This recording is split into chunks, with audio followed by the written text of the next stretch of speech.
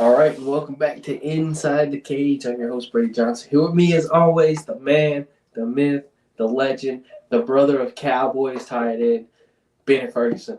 How you doing today, Bennett? I'm doing pretty well. Can't complain too much. Same, Um, same. Can't complain. Very hot day today here, though, and it is. We're rocking up here at a nice 83 degrees outside. we're rocking a nice 91 degrees today. Horrible, So, yeah. horrible. On today's show of Inside the Cage, we're going to be talking about the NFL post-draft power rankings, where we think teams rank, and especially after wild stuff has gone on in the NFL after the draft the last couple months, and we're about to see where we have these teams. Most of your teams might not be in the spot where you think they should be, but everybody's a little biased. Bias aside, we're going to do it non-bias here. And Bennett, you are starting with number 32 in the power ranking. So here's the dilemma automatically at 32. So we're going to go back and forth, back and forth. Is there are it's post draft. Everybody's that picked at the very top of the draft. You could easily say, oh well, it'd be Tennessee, and then you'd have the Browns, and then the um, Patriots, and the Giants, and then the The Patriots. Giants, You yeah. could do that. You could do that, but you got to take into account. Titans got Cam Ward, and the Browns traded back. The Jaguars traded up, got Travis Hunter, and so we don't know how their careers are all going to pan out yet. This is also dealing with free agency and coaching moves too. Um, and so a lot of that goes into rankings here. 32 That's the best. for now, New Orleans Saints. I'm going to go ahead and get this out of the way. I'm a New Orleans Saints fan. Um, I could see if people were putting them at like 29, 28, 27, but I can also see 32 because what have we done? We brought in Kellen Moore. Kellen Moore, I think, is a great guy. He's a great OC for the Chargers, for the Cowboys, for the Eagles. He was a move we needed to make because we were good on defense. Dennis Allen, if we had just left him as our defensive coordinator and hired somebody exciting once Sean Payton retired, we would have been fine, I think. I think we would have been in a better spot. Yeah. Mickey Lewis is our GM. He is still holding on to that championship he won us in 2011. And so that's it. That's all he's done. And he didn't draft Drew Brees. They drafted all these players. We kept making the postseason and having all these great statistical years. We've never done anything of mention and of note besides just playing football over and over and over again. Mm-hmm. And so this draft, this offseason was crucial. We were way over the cap. Derek Carr was supposed to be the answer, and he was dog water. And so he's hurt. We go into the draft. We get a left tackle. We're moving Fuaga back to right. Ryan Ramczyk hangs up the cleats, which saves us a lot of money. So does Derek Carr, we find out later. But instead of him retiring before the draft, he retires after the draft. And so we picked Tyler Shuck in the second round, who I like Tyler Shuck. I'm a Tyler Shuck guy. I thought he was really good as like a fourth-round pick, and we took him in the second. I don't understand the stuff with Shedeur Sanders. I'm never going to get into that stuff. But I was right, though, about Shedeur Sanders. yeah, and Jalen Milroe went in the third round. And so my question is, Kellen Moore coming into a system where he had Jalen Hurts as this uber athletic quarterback, and he Dak had Prescott, too. Smith and AJ Brown. Also, And Dak then Prescott as he also OC. had Dak Prescott and Jalen and Justin Herbert, Mm-hmm. who are not athletic. So I think he's thinking he's getting a Herbert Prescott prodigy. And Shuck, I'm not saying he's ever going to be as good as either one of those because that'd be blasphemous. He's already But 26. also, too, we saw that he won a freaking Super Bowl with a really mobile, agile quarterback who could escape the pocket. so. And so my question is, when we were sitting there on the clock and we were like, yeah, let's take Shuck, why did Milroe's name not come up? Why did it not come up? He was a more athletic, less accurate version of Jalen Hurts in college. Now, again, I'm not saying Milrow's ever going to be as good as Hurts or as good as Prescott or as good as Herbert. Yeah. But wouldn't you take the athletic upside there I instead would. of I would. Look. The amount of time that I get hate. I hate just managing Milrow. But if you look at it, it's like his ceiling could be Cam Newton-esque. I think his ceiling, and that's a bold comparison for me to say because I don't like the guy because he played for Alabama.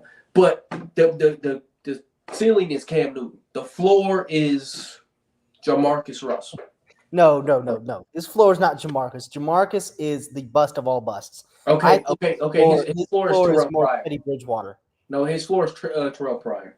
Not a bad. Terrell Pryor was a great wide receiver though. But he played quarterback first. He was terrible. Tavares Jackson, maybe. Tavares Jackson. Yeah, I'll go Tavares Jackson. Rest in peace, Tavares. Rest in peace, Tavares Jackson. But I'll go Tavares. Yeah, Tavares Jackson, a mobile quarterback with extreme accuracy issues. Yeah. But to get my point across here, Shuck's labeled as our week 1 starter now. I think that Spencer Rattler deserves a shot. Jake Haener, listen, when I don't know what I was sipping when we drafted him, when I was like, oh, heck yeah, we're bringing in Jake Haener. He's small. He's tiny. He's smaller than Kenny Pickett. And not as small as Bryce Young, but Bryce Young also has elite vision and can played at Alabama. Just crazy. Played at Alabama. But Jake Haener, meanwhile, just tiny. So, and then we signed some dude from some random small school, Iowa Western Community College. Yeah. He was really good. He came from Iowa State. Really good, but he was playing against people that looked like me. No, he came from Iowa State. Was really good, and then he got in trouble for betting on an Iowa State game, and he got banned from the NCAA. So then he had to go JUCO, and now he's in the. So maybe he'll work out. No, he won't. Week 1, I think it's going to be Spencer Rattler or Tyler Shuck. I think Haener's going to be the clipboard guy, and then if that guy hangs on to our roster, he hangs on. Hey, it could be Taysom Hill at quarterback. It might be. But I'm just looking at the roster. We didn't make any major upgrades. We brought back Chase Young, which I don't think was a very smart move. You could go get Carson Wentz. I like Commander Carson. But Carl Branderson, Chase Young, that's our 2 pass rush duo. Cam Jordan's still lingering around here for some reason. Just retired. We brought in Justin Reed as our big name free agent signing from the Chiefs. Just like we did with Tyrann Mathieu. I don't think it's a smart move. I think both of these guys are old and overpaid. I think we got significantly worse at corner. Kool-Aid and Alante are number 1 and 2 corners. Ugo Amadi is still on the roster. Alante's not bad though. The captain, Isaac Yiadom, he came back. Hey, look, Isaac Yiadom, the captain, man, and then Alante Taylor's not bad at all either. So. He's not terrible. It's just Alante Taylor, I feel like, has gotten. He's a slot guy. He's a slot guy for me. He's a slot guy. Yiadom's also slot. Yiadom has some outside corner experience though, so maybe it'll be Kool-Aid, Yiadom, and then Taylor in the slot, and Amadi still on special teams. Yeah. But the other issue I have, one good thing is we brought in Sanker, good safety, great safety. Good prodigy. He can rotate in. I really like the Danny Stutzman pick in the middle of our defense. That dude, he's Pete Werner 2.0. Him, Demario Davis, and Werner are all going to rotate. It's going to be glorious, man. It's going to be glorious. Small white guy that can rate. It's Alex Anzalone, dude. Yeah, that's literally. It is Zach Bond. What Zach Bond was. You miss both of those guys. And look at both of those guys doing good on other teams. I'm so happy for Alex Anzalone. You have no clue. But then defensive line, we really just didn't get much better. Yeah, you needed help. And the D line. We brought in Vernon Broughton. We'll see what he could do. But we're spending too much time on this team. They're going to be 32. I think if Arch Manning declares, welcome home. If Garrett Nussmeier is the number 1 quarterback, welcome back to the Big East. Look. Wouldn't it be crazy if Arch is the number 1 pick and he goes to where his grandfather went? That would be. Well, he grew up in New Orleans. I know he grew up in New Orleans, but his grandfather played for the Saints. His granddaddy played for the Saints. Both his uncles, all of his dad and his 2 uncles grew up in New Orleans. He grew up in New Orleans, or at least in Louisiana. So that would make sense. And I think Drew Aller's projected as number 1 quarterback next year. It's Drew Aller, Garrett Nussmeier, and Arch Manning. Those are the 3. But no, it's Arch. It's Arch if he goes out automatically. But unless he's just terrible. But yeah, unless he's terrible. But it's supposed to be Drew Allen. That's team 32 for me. It's supposed to be Drew Allen. So number 31. Yeah, number 31. I agree with you. Number 32. I think the Saints will be because the quarterback situation. Number 31. Hear me out. Hear me out when I say this. I'm not throwing slander. Their defense is not. I don't know what their defense is going to do yet, but just after the post draft, I'm going to go Cleveland here, and I do believe in the defensive front a little bit more than I did last year. It's just because they have Mason Graham, Myles Garrett. They get Akpania Okwankwo back from injury. JOK might be out of the door now. He's talking about he's out for the season. Yeah. But he's talking about that he wants to be traded now too, to a different team. So, JOK might not even be there. They brought back Nick Chubb, but is he going to be the Nick Chubb of old? Probably not. He's still free agent. They just said that they signed Nick Chubb, I thought.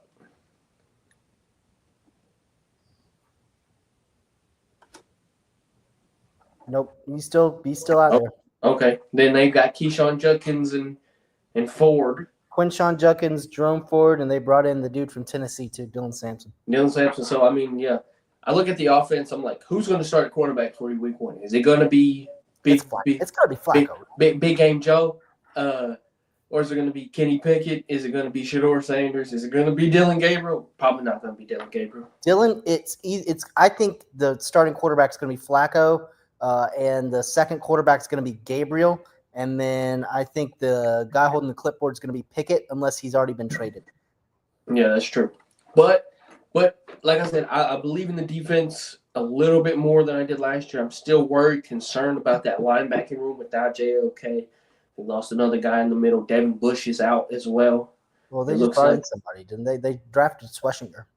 Yeah, but he's a rookie, so that's what I'm saying. He's going to have to take that next step because he's going to be the only guy because Bush is out.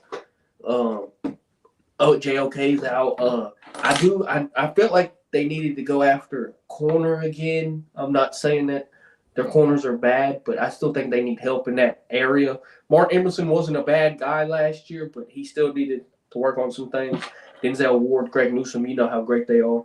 I still think they needed another safety as well to help the room. They got one, but not a good one. But I still think that they needed. So you've got Jordan Hicks, Carson Schlesinger, and Mohamedou Diabate. Yeah, that's not a good room. And then I guess technically you also Jerome Baker's there too, and Devin Bush. But I also got to look at the receiving corps for the Browns. It's Jerry Jeudy, Deontay Johnson, and Cedric Tillman. Cedric Tillman's not terrible. Look, I can't hate on Cedric Tillman because he came from Tennessee, so I'm not going to do that. But I'm just looking at the room. Jerry Jeudy, did he do good last year? Yes. Deontay Johnson, But you've also got to factor in they've also got Harold Fannin Jr. and they do, and Njoku at tight end.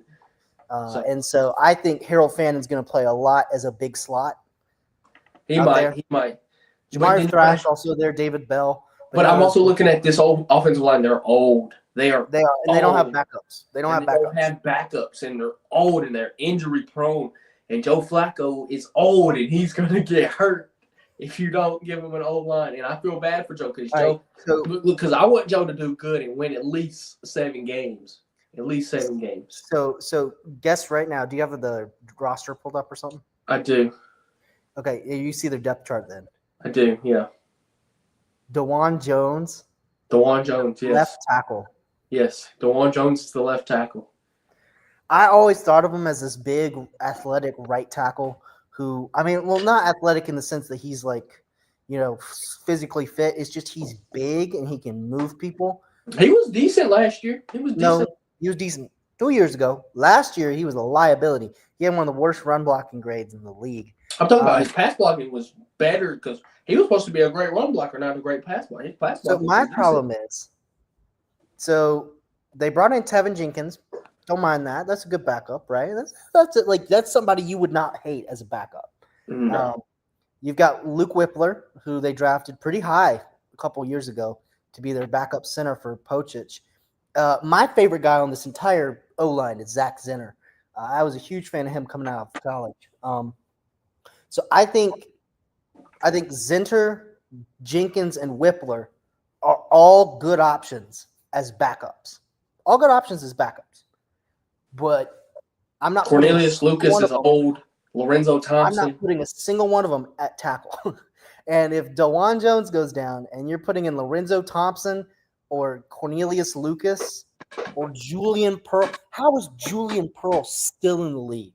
I have no idea. But look, I heard his name back in the – let me double check. How old is this man?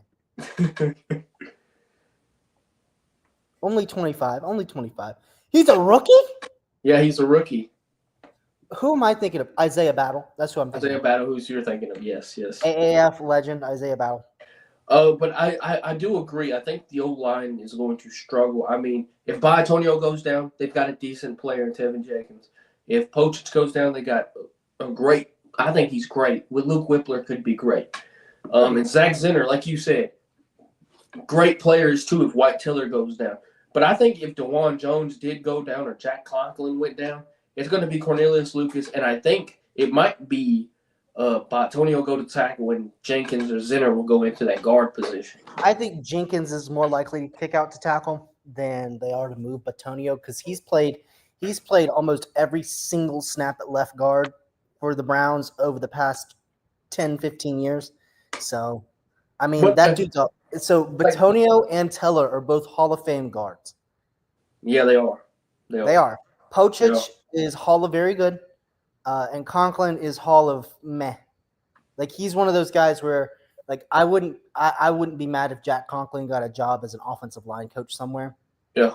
I think he's seen enough where he can teach that position. He's good, though. He's been good. I just don't think he's ever going to be like, oh, my God, Jack Conklin, what are we going to do?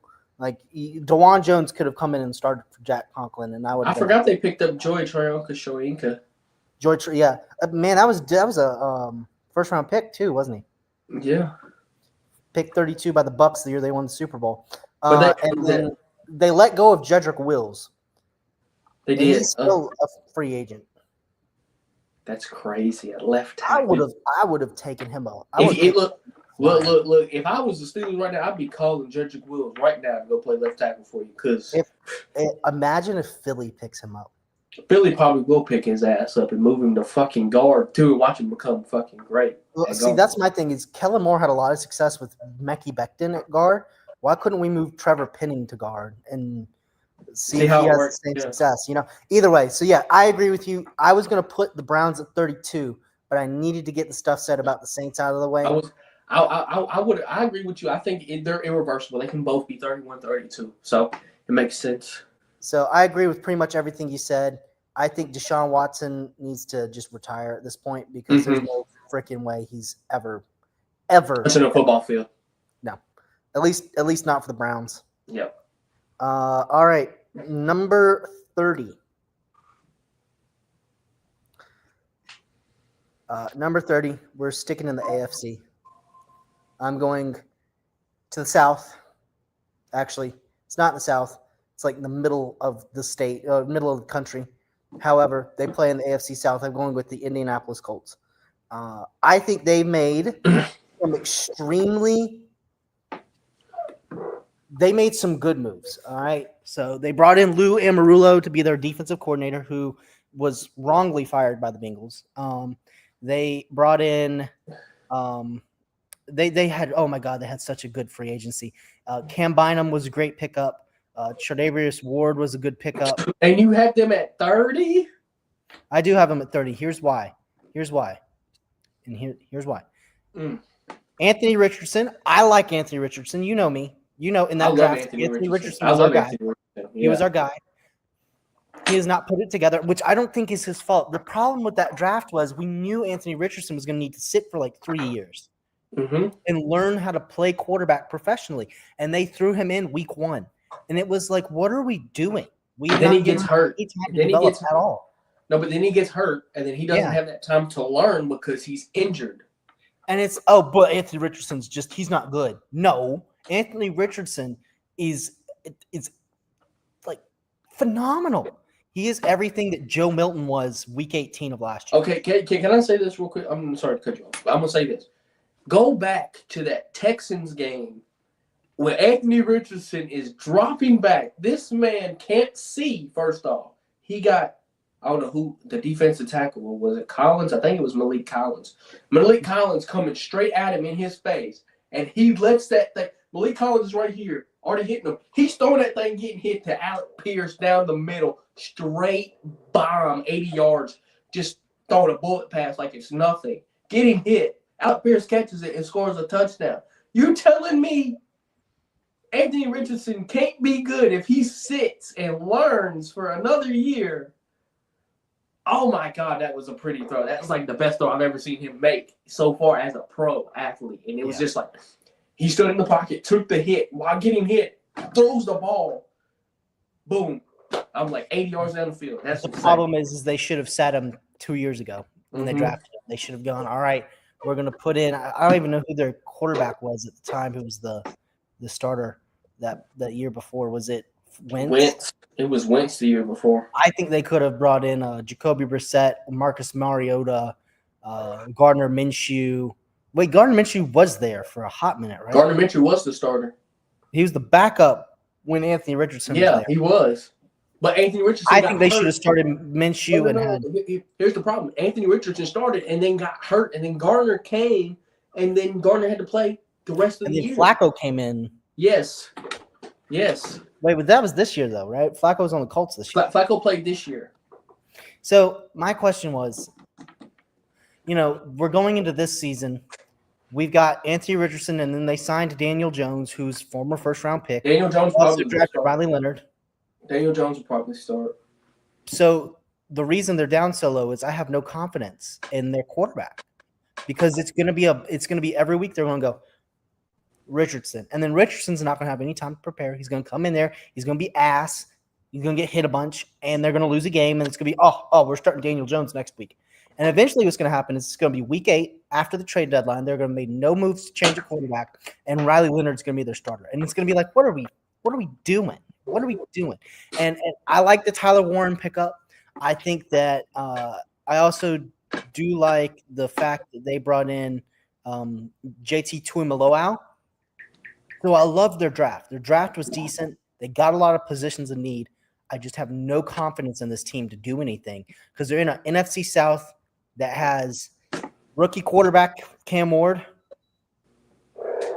Houston Texans, CJ Stroud, Jaguars. Like, you're going to be the worst team in that division unless you can figure something out with Anthony Richardson. And I'm praying that I'm wrong here. I'm praying that week 1, Anthony Richardson comes out, throws for 700 yards and 9 touchdowns, and then he wins the MVP this year. See, look, we all want to see Anthony Richardson succeed because we know how good he can really be. Yeah. His upside is insane, and it's just like you add the arm strength and the arm accuracy that he's got. Like I said, I pointed out that throw, the Alec Pierce throw. That was I've never seen before from Anthony Richardson. That was brilliant. That's a good throw down the middle of the field. Alec Pierce wide open. No one's on him. He makes a good catch. And then I see the throw that he made in the Texans in the second Texans game where he threw that interception. I'm like, why are you throwing that? You need to sit there and learn.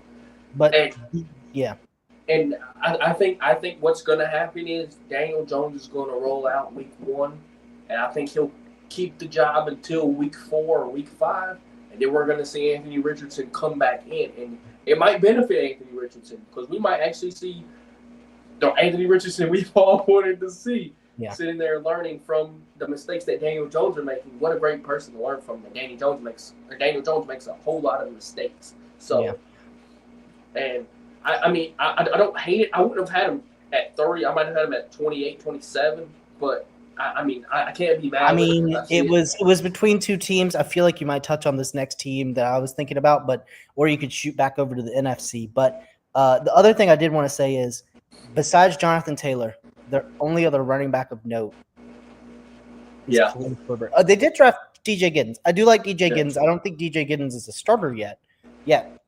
But Khalil Herbert and Khalil JT. Herbert's a good pass catching back. So I And think then that's I will say this: their wide receiving core is not elite, but it's deep. You've got but if you set up the right guys with Anthony Richardson, then they'll be really. you got a lot of speed. You got Pittman, Downs, and Pierce as your And starters. Mitchell You as got well. 80 And Mitchell. I was getting there. 80 Mitchell, Ashton Doolin's still there. Anthony Gold, Laquan Treadwell.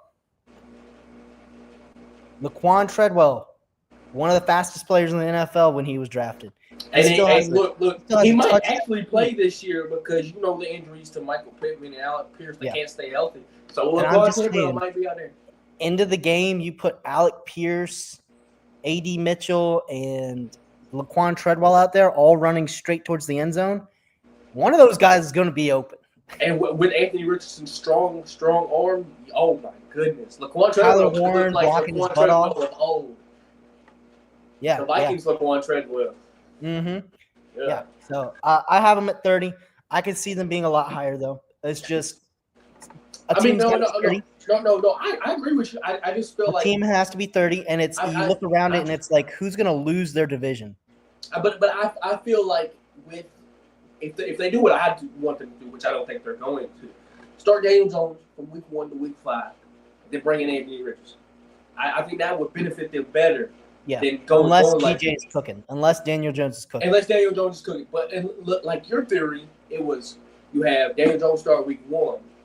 And Anthony Richardson jumps in week 2, and then Daniel Jones week 3, and it's like there's no consistency. There's no consistency. It can go either way. It can go either way. I think if you're Jonathan Gannon, your job's on the line. If you don't, Jonathan Gannon's in the Cardinals though. It's Shane Steichen. I mean Shane Steichen. Shane Steichen, your job is on the line.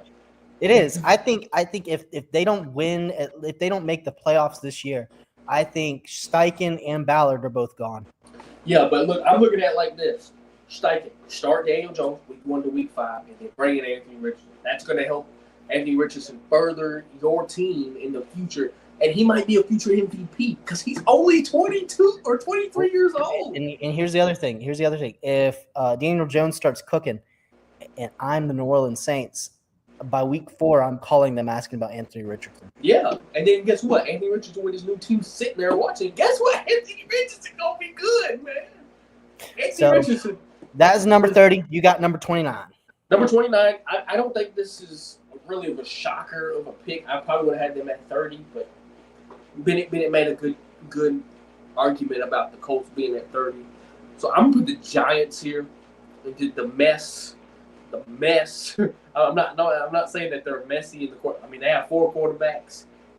Cutlass will make the roster somehow. Who the hell is going to roll out week 1 for it? I mean, it's probably going to be Russ. It'll be Russ. That's because Jameis Winston's going to be on the Saints by that point. Probably doing this, eating them W's. No lie. I would not mind having him back. But yeah, I just look at it defensively. This team's not going to be strong enough to compete. You don't think so? I don't think the defense is going to be strong enough to compete. Offensively, it concerns me because Russ can only do certain things. Throw that ball deep, and it's only the moon ball. He can't throw over the middle of the field. He's going to have to with this Giants team because their playmakers make more plays in the middle of the field than they do deep down the field. I'm not saying that. I'm not throwing shade to Darius Slayton, Malik Neighbors, or all those other guys. I'm just saying. Wandale. They make more plays in the middle of the field with Daniel Jones. Where Daniel Jones can throw it in the middle of the field than deep down the field. And that was the repetition of the Giants. They were good in the middle of the field, not good deep down the field, not good in the short game. But Russ, you're going to have to throw the short game in the middle of the game, and then that deep ball will come with Malik Neighbors and Darius Slayton down the field. But I'm looking at offense. It's like, what are you going to give? You might win 5 games with this offense, and then if you have Russell as the back, or if you have Russell as the starter, maybe Jackson Dart as the backup or the third string, and then you bring in Jameis. He's probably going to win 1 or 2 games. Yeah. And then Jackson Dart's going to have to, then at that point, they're going to be like, oh, let's bring in Jackson Dart. We don't know what he's going to do because we don't know. Well, I mean, we know a lot about him, but we don't know what he's going to do, especially learning from Russ, who doesn't throw the ball over the middle of the field. That was your weakness at Ole Miss. You need to throw the ball over the middle of the field. and you're not going to be able to do that with learning from Russ. Now, Jameis, you might learn that, but Russ, you're not going to learn that a whole lot. And that's why I had a 29, and I'm not going to explain.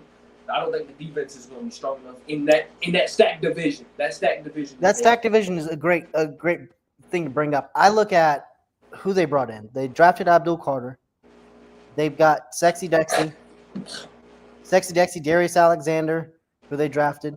You got Brian Burns, Brian Burns, Kayvon Thibodeaux, Abdul Carter. That's a three-headed monster right there. Look, I understand what you're talking about. Hang on. Tyler Nubin's at safety. Javon Holland at safety. Drew Phillips, Paulson Adebo. Those are all starters. Those are all very high quality. I hear you. But last year they had some decent guys and they couldn't. But they didn't have Javon Holland. It doesn't matter. They couldn't piece it together. And I feel like adding Javon Holland, yes, that's going to be a big added help. But it's just Javon Holland. I don't believe in Drew Phillips. Paulson Adebo, terrible in man coverage. Great zone corner, but terrible in man coverage. Andrew Phillips, terrible. That's a pick that I don't like. Tyler Nubin, great hard-hitting safety, great in zone, not great in man as well. And to play the Commanders, the Cowboys, and the Eagles, you're going to have to play man coverage, and I don't think it's going to be very well. The pass rush is going to be phenomenal, though. Pass rush, Abdul Carter, Brian Burns, Kayvon Thibodeaux, Sexy Dexy in the middle. But can Sexy Dexy stay healthy? They brought in Darius Alexander to be like a. But like we said, he's a rookie, so we got to see what he can physically. I think Drew Phillips was excellent last year. He was a really nice surprise for them, especially being where they drafted him. I think this offense has a lot of questions. I think Malik Neighbors is going to be fine. Again, tight end they didn't get an upgrade on. This O-line is very confusing. You've got Andrew Thomas. You've got John Runyons, old. Your center is John Michael Schmitz. Not a rookie, not old, but also like it was him, Whippler, and dude for the Jets, right? Yeah. And it was like, which one of these guys is going to be good? And so far, it's none of them. But Schmitz could be the one who steps out of the shadows here. I think they need to move Schmitz to guard, though. Schmitz is a better guard than he is a center. Well, they don't have a backup. Their backup at center right now is Austin Schlottman. And I don't believe Austin Schlottman. You can either start a rookie at right guard or it's Greg Van Roten. But I mean, you can live and die with Greg Van Roten because they didn't want to bring him back. They had to because they didn't have anybody else on their list to call. And they tried to trade away Evan Neal. Nobody wanted him.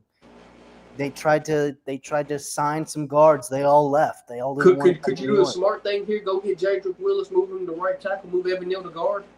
Well, Evan Neal's not even starting at tackle. Jermaine Illuminor is. I know, but you go get Jedrick Willis. Imagine what a world we're living in, where this is an O line in the NFL. Yes, this is a starting O line in the NFL. Jermaine Illuminor. Well, Jermaine Illuminor was not terrible last year. No, he wasn't. By any stretch, he wasn't. He wasn't the worst right tackle in the league. No. But. Yeah. And then I'm worried about the receiving corps behind. I mean, Jalen Hyatt's just speed at this point. He hasn't really they haven't actually given him opportunity to get any better. But they haven't developed him either. They haven't developed him either at all. They just throw him out there when they need speed, and when he drops the ball, they go, "Oh, how could you do this to us?" Because you haven't developed him. They did sign Juice Wells, which was the worst of the two receivers that Jackson Dart had. So I'm sure he's not extremely happy about that. But I think this team was in the conversation for 32. I think it's in the conversation for 29. I think this team's trash. And as much as I love Daboll's going to make an excellent offensive coordinator when he gets fired. In week 8 or no, not even week 6. No, he'll make it to the. I think he'll make it to the end of the season personally. But. I don't think he makes it to the end of the season. I think he's probably the first or second coach fired this year. Potentially, I could see it. You good if we move on to our next team? Yeah, you're at 28. Stay in the NFC. Which is where, again, a team has to be 28. Like, I can't just go, there's all these teams are too good. I mean, I think the AFC, you could there's one team in the AFC, but I don't want to be I didn't want to go back to back here. give some team a little bit of hope. Yeah, I get you. But they're probably 27. Yeah. But 28, a team that did not get drastically better this year. They play in the sunny lights of California.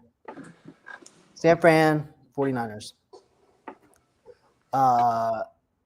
Let me read you what additions they added in free agency.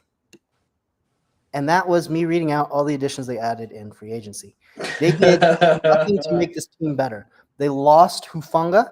They lost Yidam. They lost Ward. They traded away, for some ungodly reason, they traded away Debo. Christian McCaffrey He wanted out. all last year. And what do? They don't bring in a single meaningful player at running back to help back him up. You got Isaac Garindo and Jordan James. Like, what? Wide receivers, Brandon Ayuk, Juwan Jennings, and Ricky Pearsall. Who's their backups, you might ask? Russell Gage. The list ends there. No. They have Demarcus Robinson, who was decent for the Rams last year. No. Don't look at me like that. He was decent for the Rams last year. It's trash. It's trash. He is nothing like he was on the Chiefs. And then I also want to bring up, you're right. Look, you got George Kittle, but who's behind him? Put some respect on Ross Dwelly. No. Kyle Juszczyk, they cut. They made a big old thing of, thank you, Kyle. Oh, you've been so good to us, Kyle. Come back. Because we realized that there's not a single goddamn fullback out there that we'd rather have besides you. Take a pay cut, though, please. Trent Williams is your left tackle. The problem I have with this, DJ freaking Humphries, who's just as old as Trent Williams. That's the problem. That's the problem I have. Why is he not playing right tackle right now? Because I look at the right tackle. McKivitz, really? Here's the thing with Shanahan is he the way that his O-line works is you have an anchor at left tackle. An anchor. Like Trent Williams does not fit the normal Shanahan offensive line. Like you look at, but here's what he does, what McDaniel does, over in Miami is Teron Armstead and our boy Trent Williams. Yeah. They were the anchors of that O-line. And from there, it's like it gets thinner as you go out. So they have Trent Williams, Ben Barch, who, why is he starting? I have no idea. Jake Brendel, who is the worst. Dominic Pooney was so good last year. Oh my God, I'm so happy that he's succeeding. Like he was in the Rookie of the Year voting at one point. And then Colton McKivitz. And then they just signed Andre Dillard and Nicholas Petit-Frere because they just wanted to add a little bit of spice. I can see this whole O-line changing during the year. I could see Dillard maybe going to guard. I could see Petit-Frere going to right tackle. And maybe you go DJ Humphries at right tackle and Dillard at left guard or something like. I don't see Ben Barch holding that job. Who fucking knows? But this is what Shanahan always does. He has this tiny ass O-line out here, who like the way that he schemes his offense is so that way, other than your left tackle, nobody is to blame. Like you're not getting blamed if you're the guard or the tackle. You're because he moves it so much. Like they're all like everybody has a job to do. They all hit their holes, and then the run opens up. And then if you're Trent Williams, you're standing there blocking their best player for all 4 quarters. That's your job. And that's one thing that I give him credit, that I give Shanahan credit for, is he's really good at masking how bad his O-line is. But you sign veteran players who have starting experience. You've got to play them. You've got to put them out there. You have to, former first-round pick, Petit-Frere, former third-round pick. Get them out there. Like I'm saying, Andre Dillard, I understand he might not be as great as he's a bust. It's fair. He's a bust. But he has to go out there because he does know what he's doing. He did block for the Eagles. He did block for that Eagles O-line. He did block for that. And then Petit-Frere, you got to take a shot. I know he's young. Take a shot on the young guy. See what he the crazy part is? Andre Dillard was the same draft class as, I believe, Mailata. He ain't that old. Jason Peters was the left tackle when they drafted Andre Dillard. Not Jordan Mailata. Jason Peters. He's only 29. Jordan Mailata's 35. That's because Mailata played rugby for like 6 years before he joined the NFL.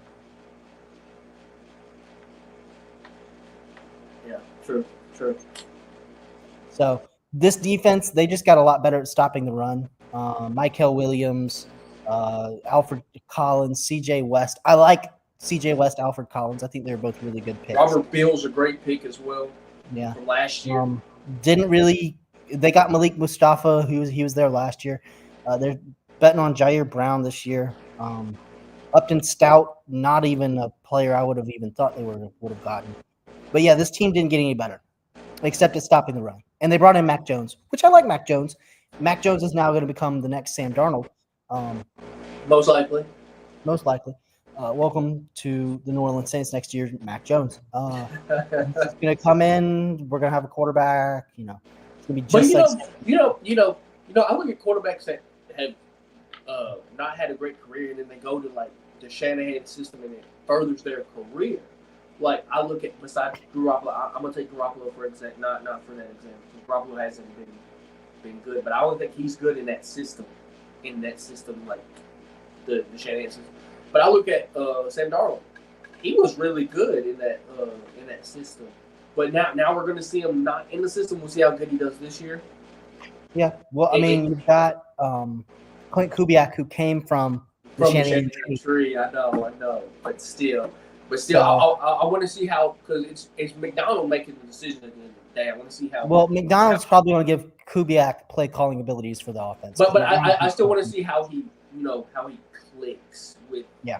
He should click pretty well, but we'll get to the Seahawks in a later time because I thought they did really well. Yeah. But yeah, it's the Niners for me. I'm sorry. I know I'm busting a lot of Niners hearts here, but they just. Oh, I agree. I think the Niners are not as good as they're going to be. They're not up to rating. Good this year. All right, so that's 28. You got 27. 27 is I'm stuck between two teams, but I think I'm going to give it to this team right here.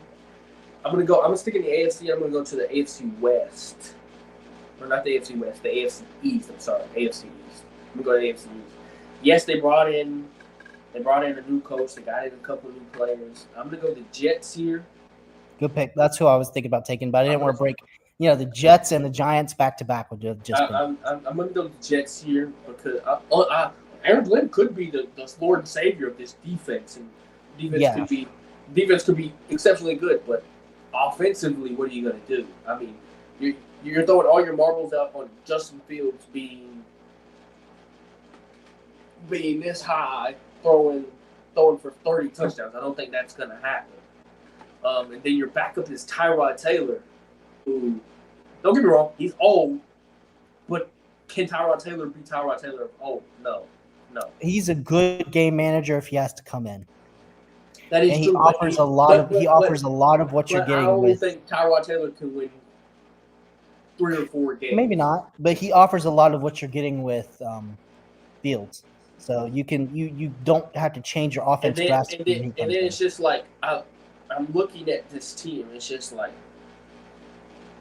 are they good enough to compete with the other teams in the AFC? I don't know. I don't really know because they're kind of young. I'm looking at, for the most part, their line is very young. Olu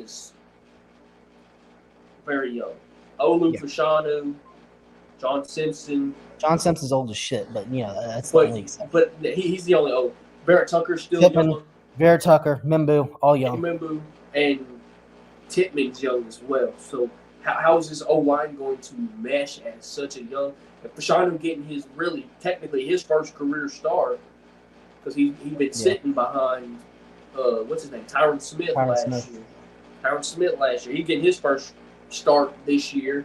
Mimbu starting as a rookie going out there. So how's that going to work on Justin Fields' weak side, or his strong side? How's that going to work? Benefiting on his Olu, we don't know because he's on Justin Fields' weak side, and then you've got John Simpson. What the hell he going to do though? To be honest, he is a decent starting guard. I would rather have him than anybody on that 49ers team besides Cooney and Williams. I mean, honestly, I like Max Mitchell better at that. You go. Hey, we'll trade you Colton McKivitz. I'm hanging up the phone. Look for John Simpson. I'll take Max Mitchell over. Here's what I think the Jets are trying to do this year is they are trying to figure out what their identity is going to be. They want to figure out, hey, does this thing work with Justin Fields, like running the football, having a lot of, hey, the pocket is going to collapse on purpose. We're going to have the offense do this. You're going to do that. We've got a really good running back with Breece Hall, Braylon Allen, Isaiah Davis. We've got good backup options there. We got like Sonic and Knuckles 2.0 there. You've got wide receiving wise. We brought in a speedster with Arian Smith.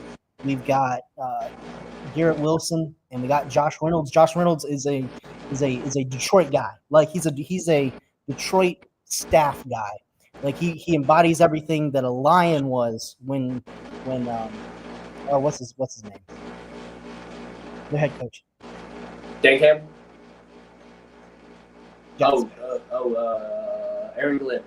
Aaron Glenn. He's what Aaron Glenn wants the identity of the team to be. And that's why Stone Smart coming in, being a backup, Jeremy Ruckert. And then you bring in Mason Taylor, grit, determination, inexperience. So I think Justin has a good weapon to throw to. He's got some veteran options. Josh Reynolds might go for 800 yards this year. Their problem also is I'm looking at the depth on the offensive line. They've only really got Max Mitchell and let me take it back. Max Mitchell. Chuks Okorafor is a decent backup. And Chuks. I'm not so high on Josh Myers as everybody else is probably.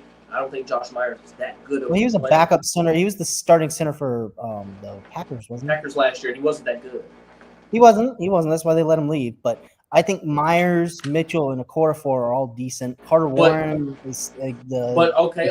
Say if this happens, what if Deshaun gets hurt, and what if Simpson gets hurt? Then you're gonna have to put in Mitchell and Chuks in. But what if Barrett Tucker gets hurt? Then you've got to put in Xavier Newman or Carter Newman. So here's what I think is going to happen. I think Dan Campbell's going to have to make some really bad roster moves. Aaron Glenn. Roster decisions. No, Dan Campbell's going to have to make some really hard roster decisions when they're cutting down their team.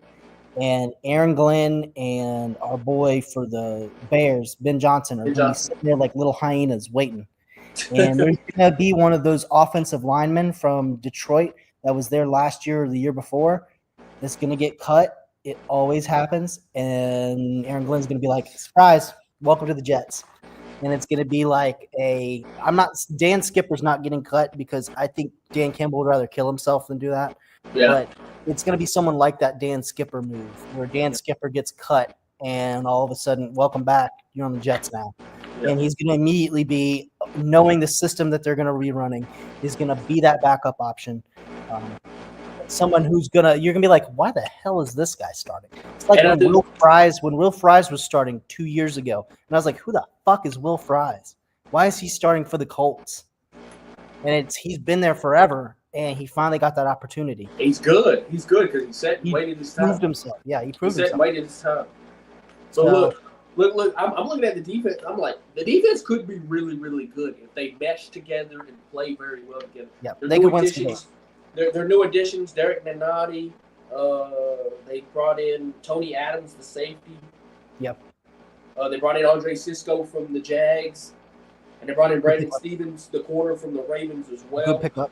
I like it. I think that's a good. And they also signed Isaiah Oliver, the good slot corner that used to play for the Falcons. So I really think that they've got a really, really decent defense. I just want to see how it meshes together throughout the season, and if they can continue to improve every week, they might be really, really good. But the reason why I have him here, I don't know how the offense is going to fare with Justin Fields because he's never really been, that top-notch guy. So I need to see Justin Fields have a breakout year before I can say the Jets are really, really, really good.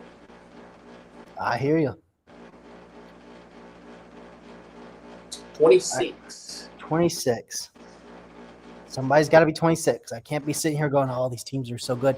I would go with another AFC East team, but I don't want to be that brave. You can be that brave. I mean, I can see it. I could. Well, we know. I could see it. No, I really do see it. And it's like, but I want to. Yeah, fine. So there's some stuff happening down south, man. It's not looking too good. Miami Dolphins. I'm going to jail now. I'm going to jail. I shouldn't say that on air. Tyreek Hill. I'm sorry. Tyreek Hill wants a trade. He's going to be going to the East Side Penitentiary. You lose so many players. You lose Javon Holland. Teron Armstead retires. And you really didn't do nothing in free agency either. Really. No. And look, Jalen Ramsey wants out of there too as well. Yeah, so. he does, which is like, okay, but you suck. So, and we're paying you a bunch of money. Why would you not just stay? So you've got Patrick Paul, James Daniels. James Daniels was a good free agent signing. Don't get me wrong.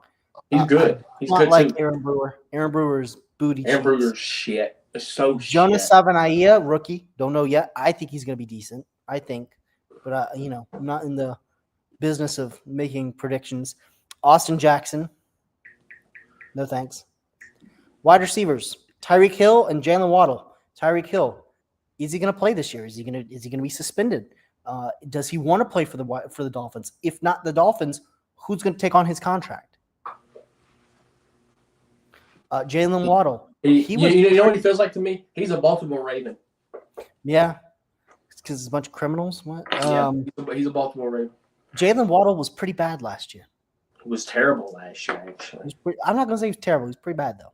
They brought in Nick Westbrook-Akine, which is not a Dolphins move, which is why that's a good move.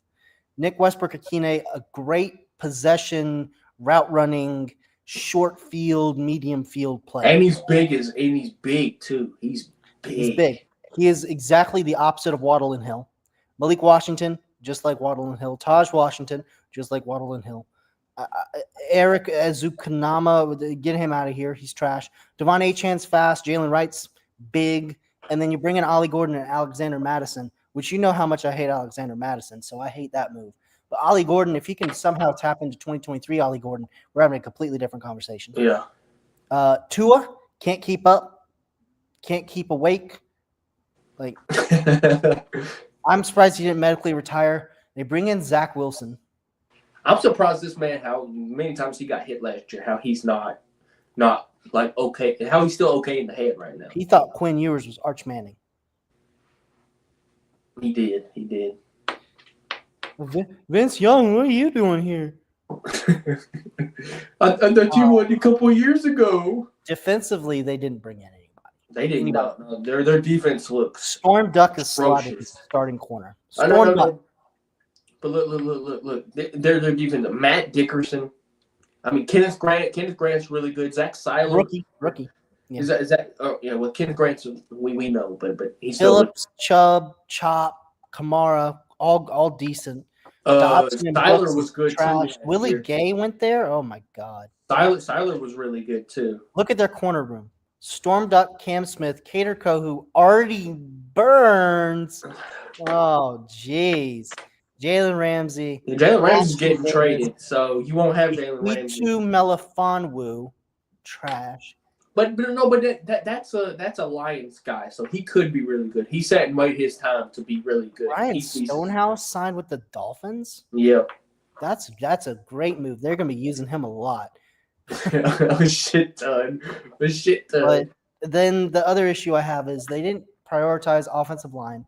Ever since McDaniels got there, they didn't care. They tried to go after the whole the Shanahan moves, and it was like, well, okay, but Armstead retired, so now what?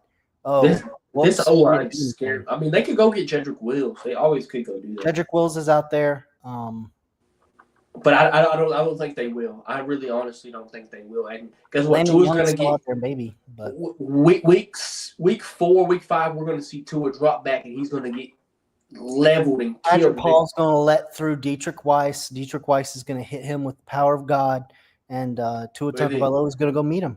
And then no more Tua Tagovailoa. Then you got to have Zach Wilson start for you for the rest of the year. Quinn Ewers is going to be the starter. Most likely. Week 5. Most likely. But, yeah, this team could be a hell of a lot lower. This is going to be the – McDaniels is going to get fired. McDaniels, and then he's going to go back to Shanahan. I think no, because Shanahan, he's got some guys waiting there who, if they have a decent year, they're going to get called up for coaching. But, yeah, McDaniels, This is the year for him to prove everybody right and Yeah. prove everybody wrong. So, Miami, you're trash. 25.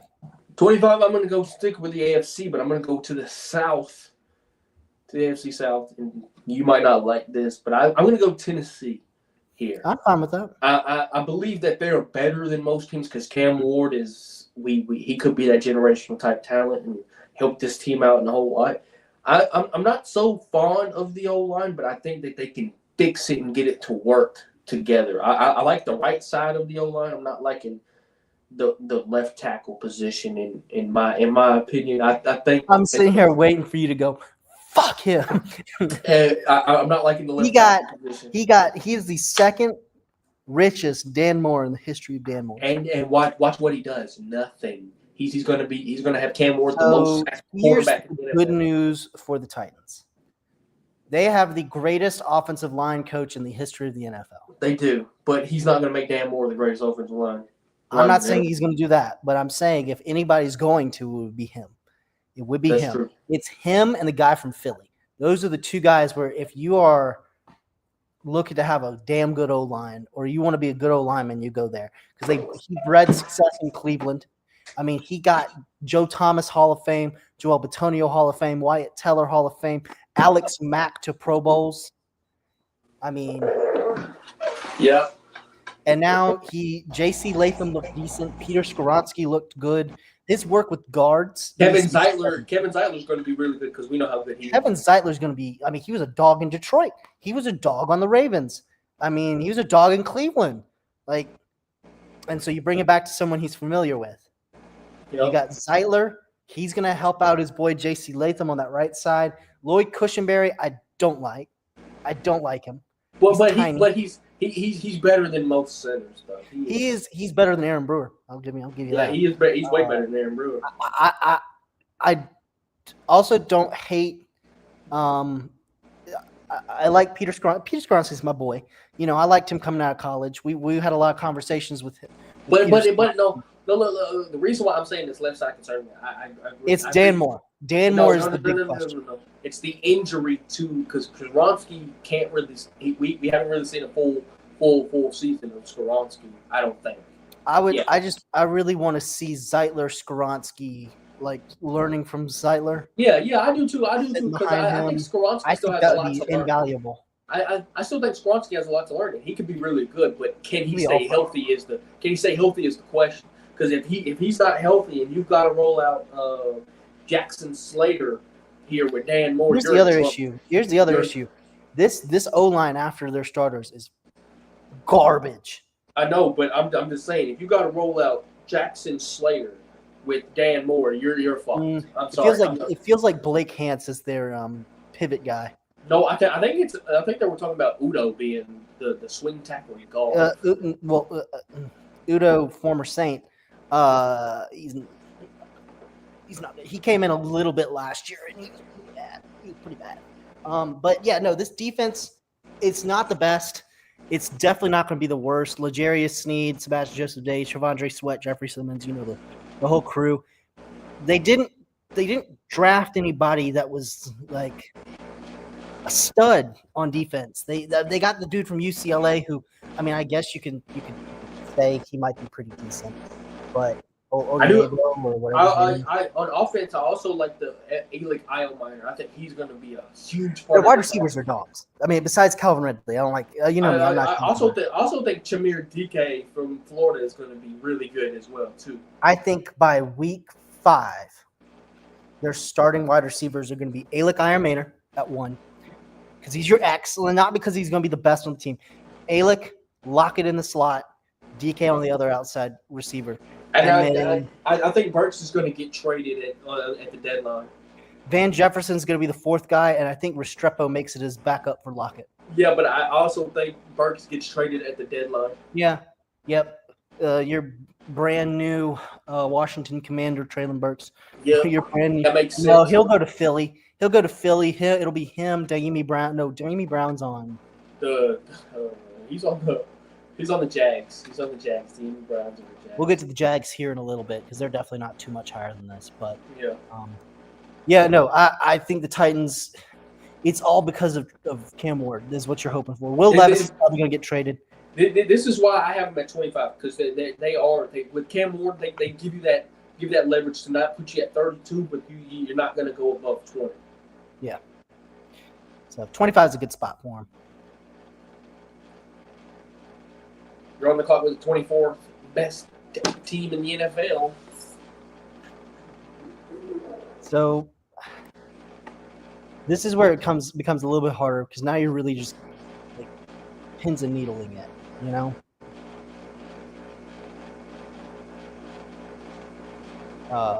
America's team. The Cowboys. Dallas. I agree. What did they do this year in free agency? They signed a long snapper.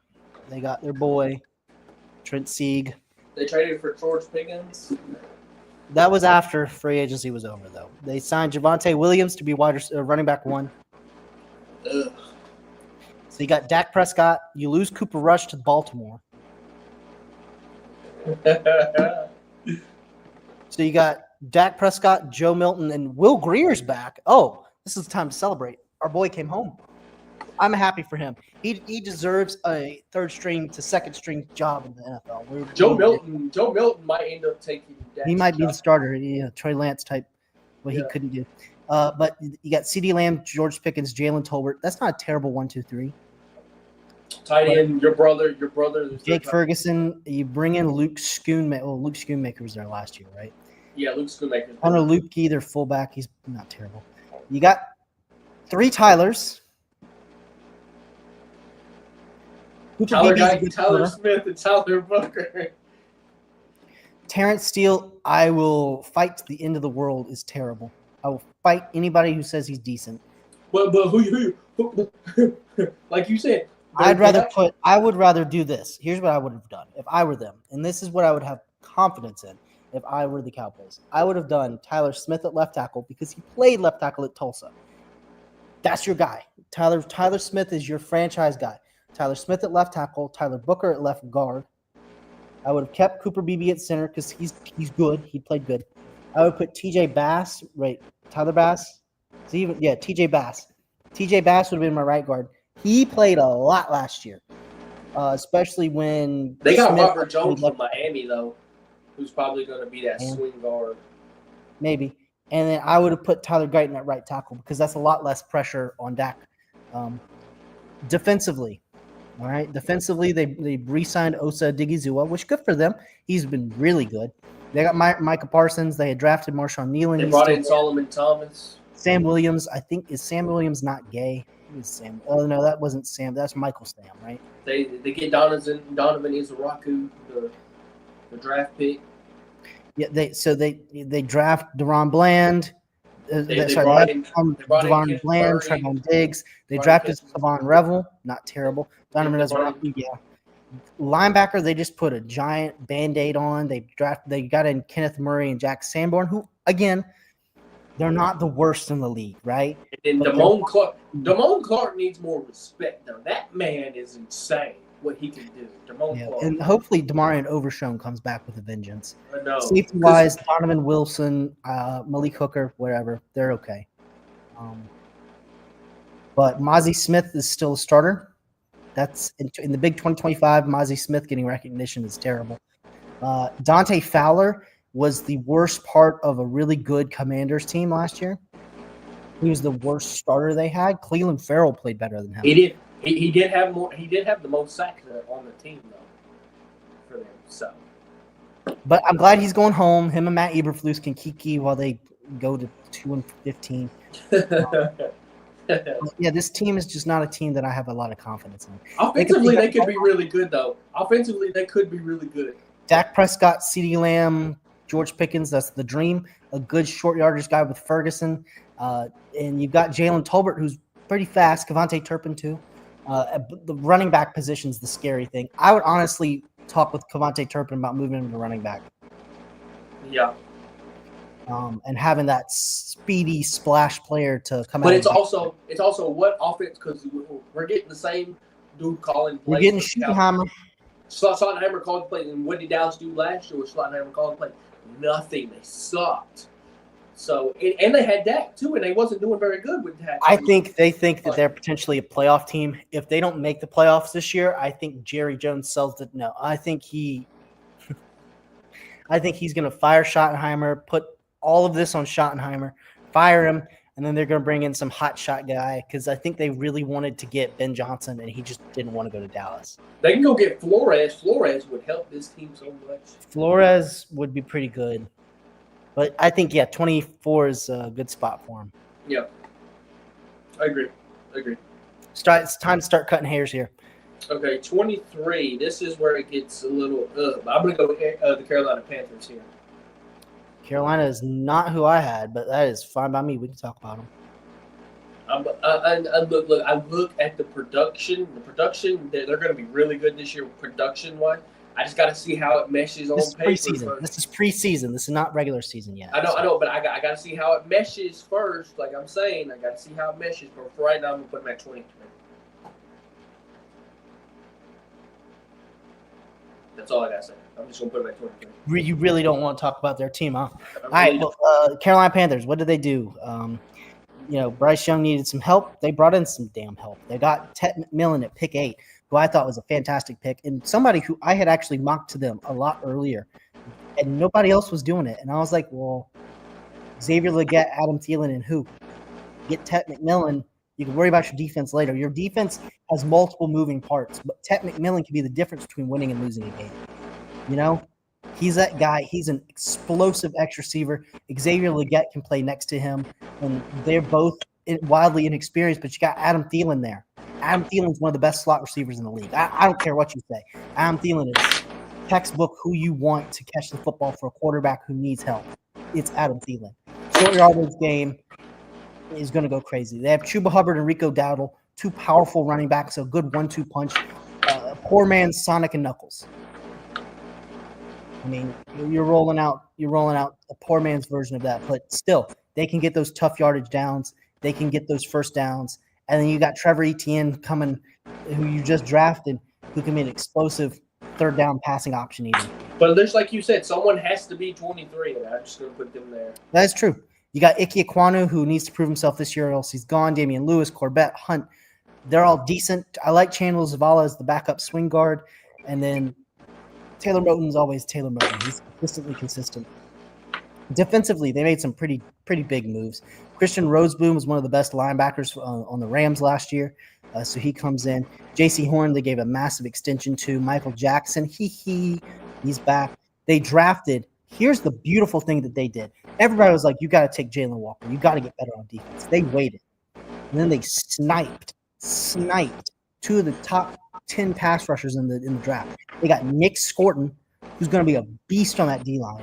And they got Princely Umanmielen, who, as much as I'm not as big of a fan of Umanmielen as other people, you pair him, DJ Wanham, Nick Scorton. You've got Tershawn Wharton you signed, Bobby Brown, Shai Tuttle's still there, and you've also got Derek Brown, who's one of the best D tackles in the league. That's a really good defense. Josie Jewell, great coverage linebacker. Corner-wise, I think they're going to get exposed a good bit, but I think this team is set up for a good bit of success in a really bad NFC South.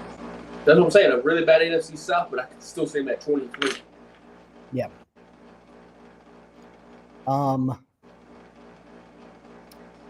Number 22. You have to put someone there. I do. It sucks. Let me tell you about a little place up in Ohio called Cincinnati. I think they're going to be a whole lot higher than you think they are. I think, but preseason-wise, man, their team has a lot of holes. And honestly, there's another team I'd love to talk about right here, but I'm not going to be the one to do it. I'm not going to be the one to put them there. Cincinnati.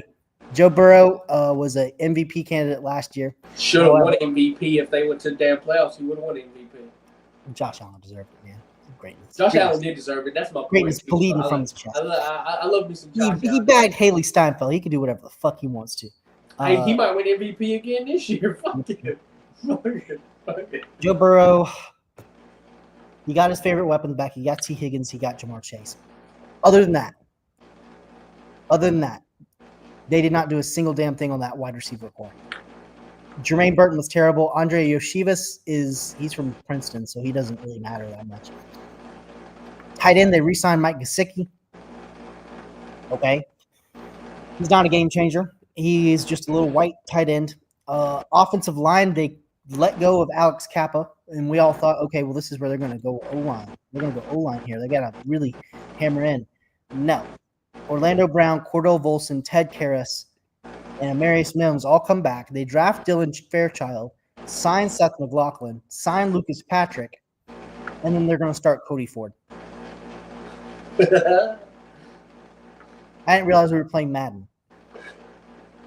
Yeah. Because Cody Ford is the guy you go and sign because you need a guard. Like, he's not somebody you're signing going, oh, yeah, Cody Ford. Yeah, that's Cody Ford is their guy. He's their guy. He's not his ex-girlfriend's guy. Nope.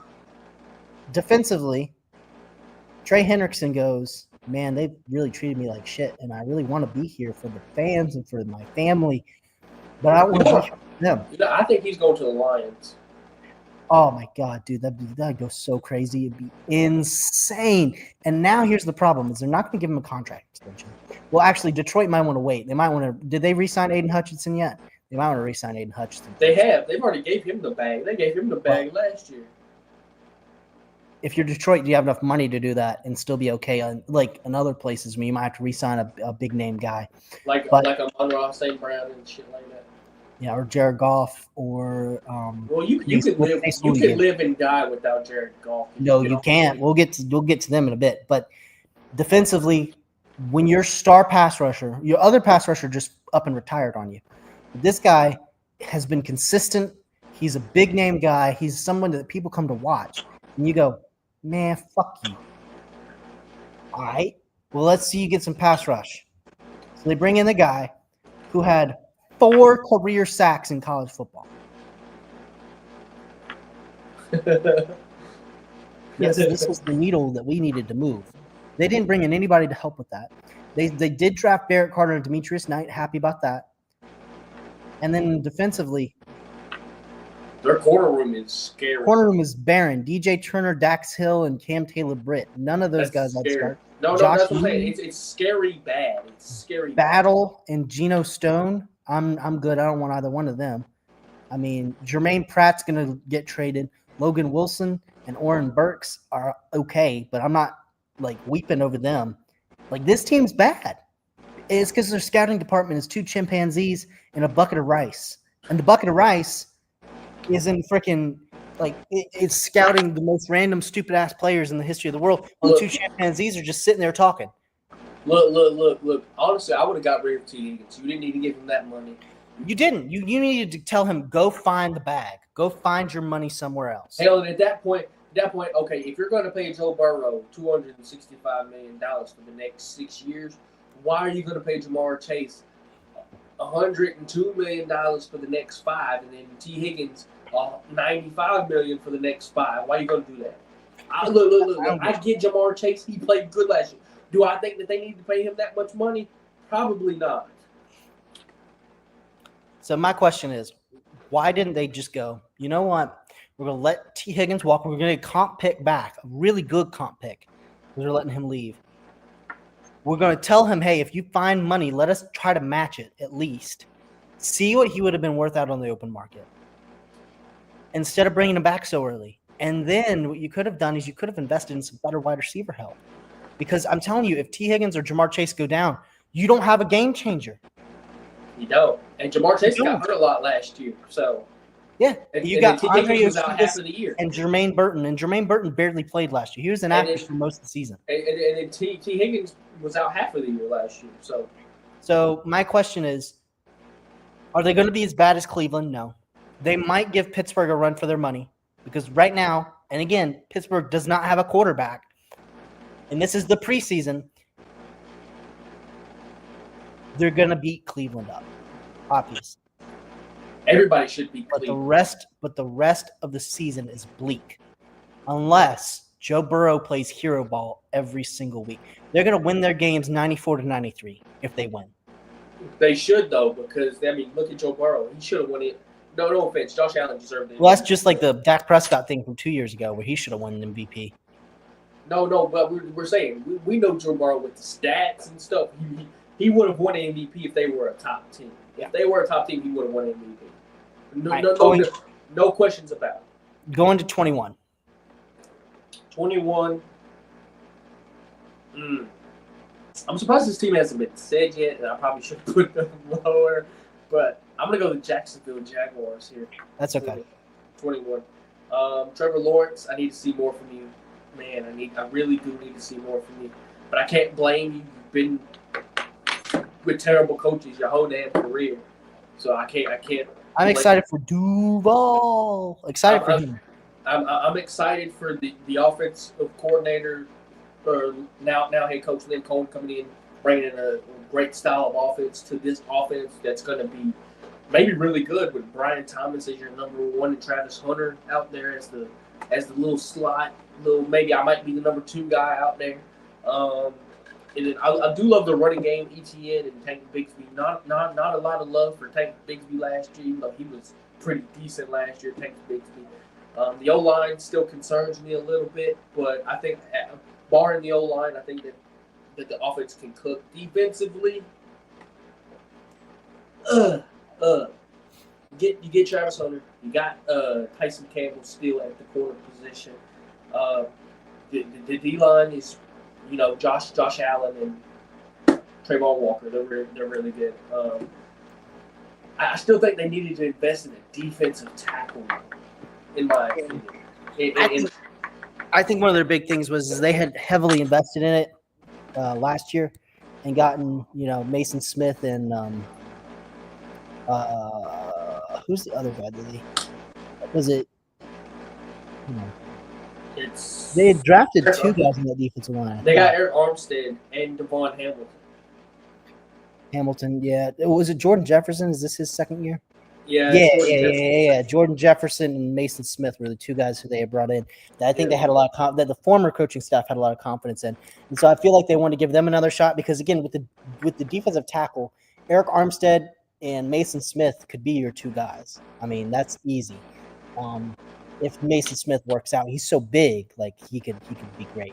I also love their middle linebacker core, Devin Lloyd and Foyese and Lucan. Yeah, love that. Chad Moon was also pretty good. Jack Kaiser, not terrible also. So they got some good backups there. But the streets know about Eric Murray, Texans legend. We all know him and Yiadom just taking hearts, taking names. But in all seriousness, Trevor Lawrence, Brian Thomas Jr., Travis Hunter, Diami Brown. That's a good quarterback to receiving duo or trio.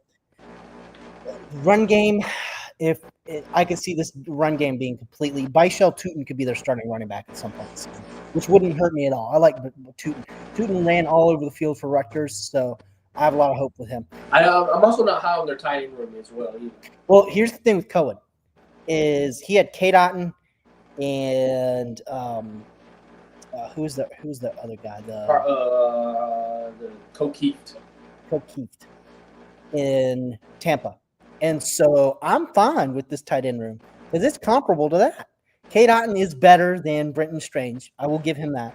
Kate Otten's way better than Brenton Strange. Yeah, but I think you're okay. And plus, you can always trade for a guy. There's backup tight ends who are on the block all the time that you can go get. Go get. Remember in Madden 15 when Jermaine Gresham was always on the trade. Go get Jermaine Gresham, man. I do like the backup swing guard though. That's going to be for them. My boy Wyatt Milam. Wyatt Milam's going to be. My boy Wyatt Milam, who's going to be starting at left guard at some point in the season. No, but I do like the O-line is very white. Walker Little, Ezra Cleveland, Robert Hainsey. And you've got Anton Harrison and Macari are both. Macari was okay with Baltimore, had a lot to prove, which is why he got cut. Anton Harrison, 2nd-round pick. This is the year for him to make a move because if he doesn't show up this year, he's getting replaced. I don't like Walker Little either, though. Walker Little, he just got the bag, though. I mean, and it was either him or Cam Robinson. I'd take Walker Little over Cam Robinson. I would too, but I still don't like Walker Little. Robert Hainsey, he deserves this. He deserves a shot. I mean, Robert Hainsey was the backup for Ryan Jensen, so he had to put up his cracky And Ezra Cleveland is your veteran because Ezra Yeah, Cleveland Ezra is Cleveland's really a good good. bet. But you got Wyatt Milam, who played tackle. Who knows? Wyatt Milam could potentially play right tackle or left tackle because he's big enough to. He's big enough to. It's just he might be really good as a guard too. So my boy Wyatt Milam will be a starting guard or tackle in this league someday. Luke Fortner, a decent backup. I think he started a little bit last year when Mitch Morse. He did. He's a great center. He's really good at center. Defensively, I am a big fan of this, and of course the major thing that and it was one of the reasons why I liked this draft was what were their two biggest position needs? Corner and wide receiver. Yeah. And what did you do? And they got both. So you give up a second round pick where let's say they had gone into this draft, they took Ted McMillan at 5, and then they took Will Johnson at whatever their second round pick was. We'd be sitting here going, yeah, that was great. But instead they trade up and get a guy who could do both, who might not be as good as Ted McMillan or Will Johnson is. Like, who knows? It's preseason. But also, I like their chances. I like the chance for Travis Hunter. Travis Hunter is going to be pretty damn good this year. And he might play every possession on defense and offense. I think he's going to get substituted in because I do like their corner room. They brought in Jordan Lewis, and they got Jarrian Jones and Tyson Campbell. So Jarrian Jones is a rookie, basically a rookie because he didn't play last year. Yeah, and they also brought in they still got Caleb Ransaw. You got special teams legend Andrew Wingard, which you know about Andrew, and then honestly, Antonio Johnson. This is his year to take over somewhere. He's got. I'd rather have him than Eric Murray right now. Eric Murray, I think one of the things that Eric Murray provides is just some veteran leadership, though. Yeah. So I'm good with them being this low, but also the future looks really bright for them. They do. The future looks really good for them. We're on to pick 20. 20. This is where it gets controversy. Controversy can happen here. At 20 and up. Oh, we're doing it. Fuck it.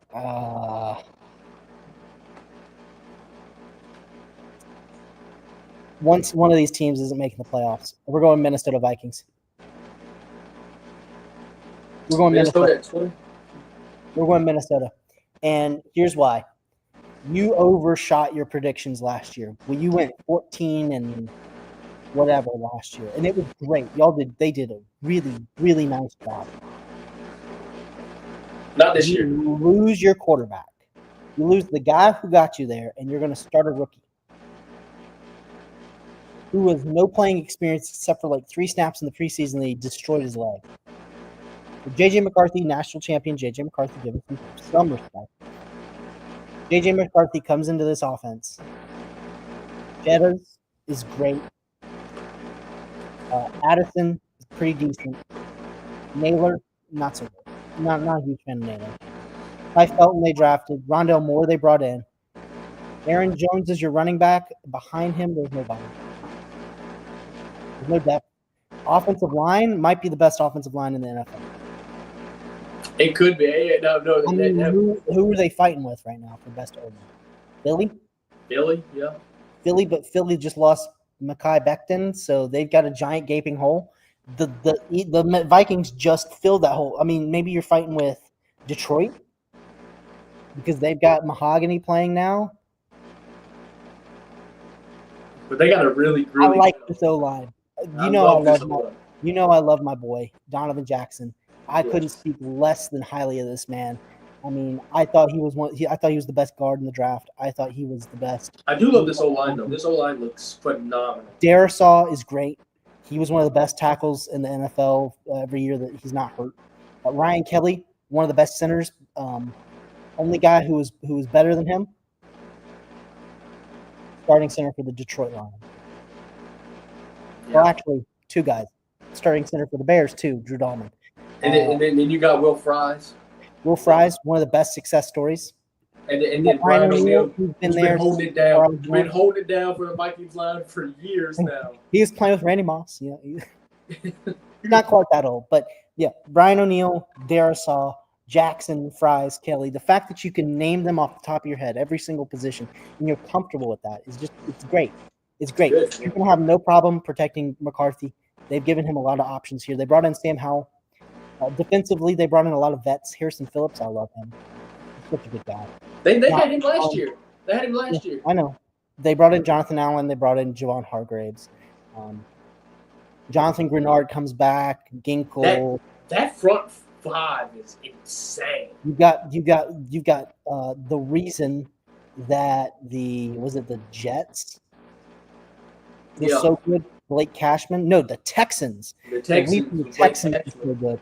Blake Cashman. Ivan Pace coming on. He was a great seventh round pick. Van Ginkel's that's my phenomenal. Boy. Only questions. So you bring in Byron Murphy. You have Ambry Thomas. You got Jeff Okudah. You didn't upgrade the defensive backs at all. Theo Jackson, you lose Cam Bynum. You say, yeah, Theo Jackson's going to play. Harrison Smith's in the twilight of his career. You didn't bring in another hard-hitting safety. You brought in Bubba Bolden. I mean, you do have Josh Metellus who can play that safety position. He's great. Love Josh Metellus. But the reason I have them at 20 is because somebody's the questions of J.J. McCarthy, and somebody's got to be at last in NFC North, and it's going to be them. It's going to be them. Yep. All right, 19. 19, I think I'm going to go in this spot. I don't know yet. I don't know if I should do this, but I think I am. 19, I'm going to go the New England Patriots. I was thinking about them at 18. I wanted to put them at 18, but I think that I'm going to give it to one of the AFC West teams a little bit more at 18 than that. New England. Vrabel, you are cooking with some grease. Best draft, one of the best drafts in the league. One of the best drafts in the league so far. You're picking up nice free agents that play with you in Tennessee. It's between them. This team could win 8 or 9 games and compete for a playoff spot, but I don't really think that's probably not going to happen in the first year with Vrabel. I think Vrabel needs another year. Then they'll be good. And I'm still needing Drake May to step up. And Drake May was a rookie last year. He's going to be in the sophomore year this year. I would like to see what they can do offensively, bringing in Stephon Diggs and guys like that, and see what they can do offensively. Defensively, I think they're going to be okay. They'll be a top 10, top 15 defense this year. So, yeah, I'm going to have the New England Patriots at 18. I just like or 19. I like that O-line. I do like the O-line as well. Yes. It's moldable. It's permeable. You can, if Will Campbell starts struggling, Michael Menahu goes back to left tackle. Cole Strange kicks out to left tackle. Campbell can kick inside to guard. You've got you bring in Garrett Bradbury, who was not terrible for Minnesota, but obviously you're going Ryan Kelly if he's available. So he leaves Minnesota. He signs with the Patriots. That's a great move. You've also got Jared Wilson, the rook, who can play. I mean, Morgan Moses is a Band-Aid, but he's not a bad Band-Aid to have. And then defensively, you bring in some shots in the dark here. That is for sure. Harold Landry and Christian Ellis are kind of shots in the dark. Robert Spillane was the best coverage linebacker last year. I want to make that known. He was the best coverage linebacker last year. I missed that man. I miss that man so much. Fred Warner was not as good as him in coverage. And Fred Warner's getting more money than him. So Robert Spillane is going to be giving Christian Gonzalez, Jabril Peppers, Kyle Duggar the keys back there. And he's going to be telling his boys up front with Keon White and Harold Landry and Christian Barmore, this is what's going on. And then he's going to have Christian Ellis next to him and Anthony Jennings. We're cooking on defense. That's what I'm saying. I think they're going to be a top 10, top 15 guy. Wide receivers do scare me a little bit, but I think, Mr. No Shoes, Mac Hollins, he's going to be a valuable wide receiver for him. I think this might be the year for having Kendrick Bourne not as a starter is such BS. Travion Henderson might end up being their starting running back. Travion Henderson and Ramondre Stevenson going to be a nice duo, though. So. And you got Antonio Gibson still. as well. Yeah, so I'm they only could have a nice human. trio out there actually. Don't put the blame on me. What? You remember that video. I remember. Washington Yes. Commanders legend. Yes. We're going to 19, right? We're at 18. I just said 19. 18. 18. You have 18. I think this team might make the playoffs, which is how much faith I have in them. But they've got to. There's 4 teams in this division. We haven't talked about a single one of them yet. Pete Carroll, come on down, Las Vegas. This is why I said I think they're a little bit better. I love this team. I want nothing but success, but I got to go off the fact that the Chargers are good, the Broncos are good, and the Chiefs are good. Somebody's going to be fourth. I think they can push those other 2 teams. Chiefs, they might fall off this year. The Chiefs are going to fall off, I think, heavily this year. Geno Smith, top 10 quarterback in the NFL. I said it. Statistically, top 10 quarterback in the NFL. You can't debate that. It's fact. Statistically, It's top 10 quarterback over the past 3 years. You bring in Ashton Jeanty to help that abysmal run game, which, I mean, they had goddamn Amir Abdullah out there last year. He's still on the team, too. But Ashton Jeanty, you bring him in, first round pick. Jacoby Myers, Trey Tucker, Jack Bash. Love that receiving duo. And you add Brock Bowers. You also add a speedster, Dante Thornton, as your Dante Thornton as well. Yep. You also have Tommy Millott, who former quarterback, wide receiver now. Alex Bachman, former lacrosse player. But you also have Brock Bowers and Michael Mayer as your tight ends as well. And you got Ian Thomas too, dude. I know. Ian Thomas too. And you know Pete Carroll and his 2 tight end sets. So he's gonna be loving it. And then so my only issue does come O-line wise. It's a little bit questionable. I like Jordan Meredith. I think Jordan Meredith is a fine player. JPJ is good. Dylan Parham, Alex Kappa though, but as the backup though, that's not terrible to have. Look. Honestly, I think Dylan Parham's going to benefit from playing tackle than he is guard, and you move Kappa to that guard position. You also got Thayer Munford, who's a good backup. Charles Grant, they drafted. They also drafted another guy. Was it Wagner? No. Yeah, they drafted somebody else. Parker Defensively, you got Crosby, Wilkins. This is the year for Kuntz and Tyree Wilson to do something. Step the hell up. They drafted J.J. Peekways and Tonka Hemingway, who are beasts, good developmental guys. Peekways might actually get some rushing touchdowns. Linebacker, they lost Spillane, which sucks. But they get Devin White. Devin White is in the twilight of his career, who might not be the same guy he was. Tommy Elander Roberts is good though. They also signed the hero of Houston, Jalen Smith. Yeah. He could be really good. Who played on the practice squad. He was one of the best. You remember Jalen Smith on our team in the hero of Houston? Yeah, he was really good too. For those of you who don't know what we're talking about, we had a Houston Texans franchise. It had such players as Isaac Yiadom, Eric Murray, Jalen Smith, all on defense. I believe Jalen Smith was either mine or Brady's user.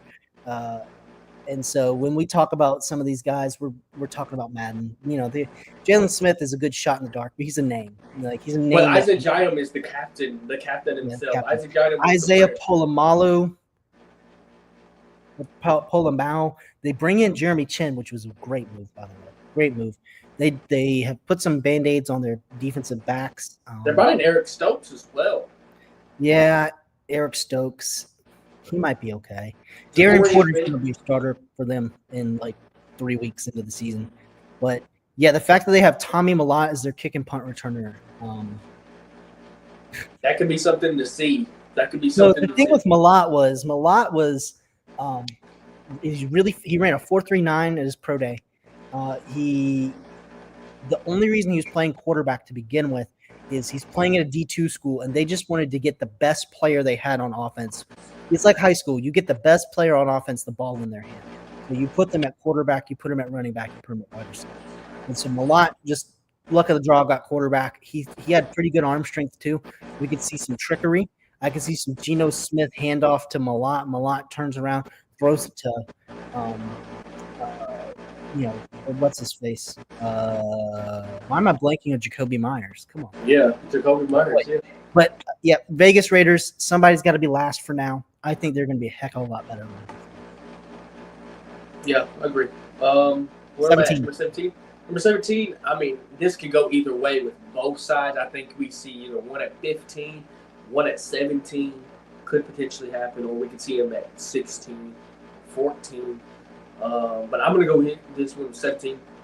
I'm going to go with the Atlanta Falcons here at 17. And the only reason why is I think their defense is improved a little bit, not too much. I'm not gonna say a whole lot. The defense has improved. They got some pass rush. They were terrible in the pass rush last year, which they should have been really good because you bring in Matthew Judon and what's his name, the other guy. Our boy Andre Carter, not Andre Carter. Lorenzo Carter. Lorenzo Carter. You know. I mean, but they should have been good, and they also have the young guy. I can't think of his name. Not Benito. The other no, they drafted Braylon Trice. No, the other one. I can't think of it. He plays with Ebikide. Arnold Ebikide. Arnold Ebikide, yeah. He's young, but he's good. Offensively, you got Penix. This is his prove-it year to prove that you can. I don't think this is a prove-it year. This is a more of a can this offense work with Penix in it. Then I also like the Algier still with Bijan Robinson in the backfield. I'm still not high on the number one receiver. He can get out of there. They can go trade him. Tight end. He's a tight end anyways. You got Darnell Mooney. He was really good for the Falcons last year. I'm not high on Ray McLeod, but he's there. He does what he's supposed to do. He's a slot guy. Kyle Pitts just needs to go on retire probably.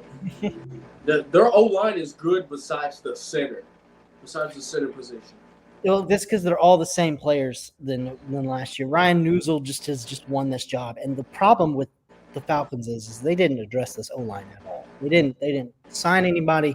I think they thought that getting Dahlman back was a slam dunk that was going to happen, and he went, no, you don't. And so I think there's a lot of questions here because they went from Alex Mack to Dahlman, and that's been it. Like that was their succession, and he's gone. And it's like you wanted him to stay, but you didn't pay him.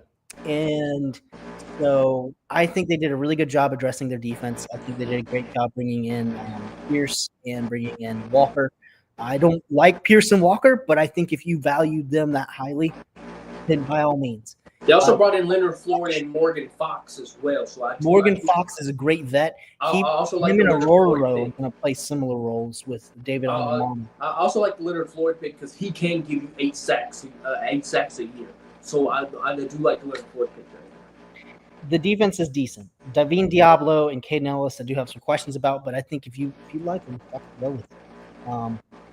Did they let him walk? Did they let Matthew Judon leave? Yeah. He's a free agent. They gave him all that money for nothing. Xavier Watts pick and the Billy Bowman pick were both great. Excited for that. Clark Phillips, great slot receiver. I don't know why he's not. Well, of course, I know why. The Alfred's funny. Brandon Dorlus is there still, so maybe he catches on. Receiving wise, they got my boy, West Virginia legend, David Seals. They also got Nick Nash. So Nick Nash, he's going to hang on to that roster. Nick Nash, you will start over Drake London, trust me. Jamal Agnew still having a job in the NFL is the most frustrating thing. Jamal Agnew, you will start over Drake London next year. Easton Stick's now a Atlanta Falcon. Emory Jones is on this roster as well too. And they gave Jalen Walker Julio Jones's number. Yeah, that's not going to happen very soon. He'll have to change that soon. I'm not going to. When Julio goes in the Hall of Fame, that will be retired for the Atlanta. It should have been retired the second he left the team, but they gave it to Emory Jones. At least if you're going to give the number to a guy, you got to give it to another Hall of Famer. You should have given it to Young Ho Koo. You should have. You should have. He'd be like, oh, he'd be like, I think it's on 11. Oh, please, no. Don't get us canceled. Don't get We're us gonna canceled. get it canceled. I'm gonna get it I canceled. think Atlanta is either going to be at 17. We're on 17, right? Yeah, I said 17, 15, or 14 and 16. They might be 17 or they might be top 10. It just depends on how this team and the Buccaneers work out. Yep. I think the Panthers could really push this year too. I think the Panthers have a really decent roster. It's just the question. All right, on to what are we? 16. 16, halfway through. This will be the halfway mark. We're definitely running out of teams here. We still got 3 from the NFC West and 1 from the NFC South. We still have all 3 from the NFC North. West. Well, no, because we did the Vikings, so we got 3 left in the NFC. That's what I said. 3 left from the NFC North. We're going to the NFC West. We've got 3 from the NFC West still to go as well. We're going to the NFC West. We're going to the Arizona Cardinals. I love the pick. I love it. I love it. I think they are a good number 16 because they are not one of the best teams in the NFL, but they are not one of the worst. They are the dead ringer for middle. I remember 2 years ago we were like, oh, well, they're going to have the first overall pick again. Kyler Murray went into sicko mode and just kept them out of that. Marvin Harrison. Trey McBride went into sicko mode and was like, look, I'm going to put this team on my back. I'm putting this team on my back.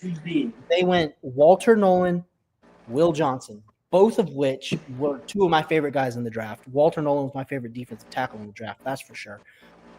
Those are both great picks. You just upgrade that defensive backcourt. They bring in Denzel Burke.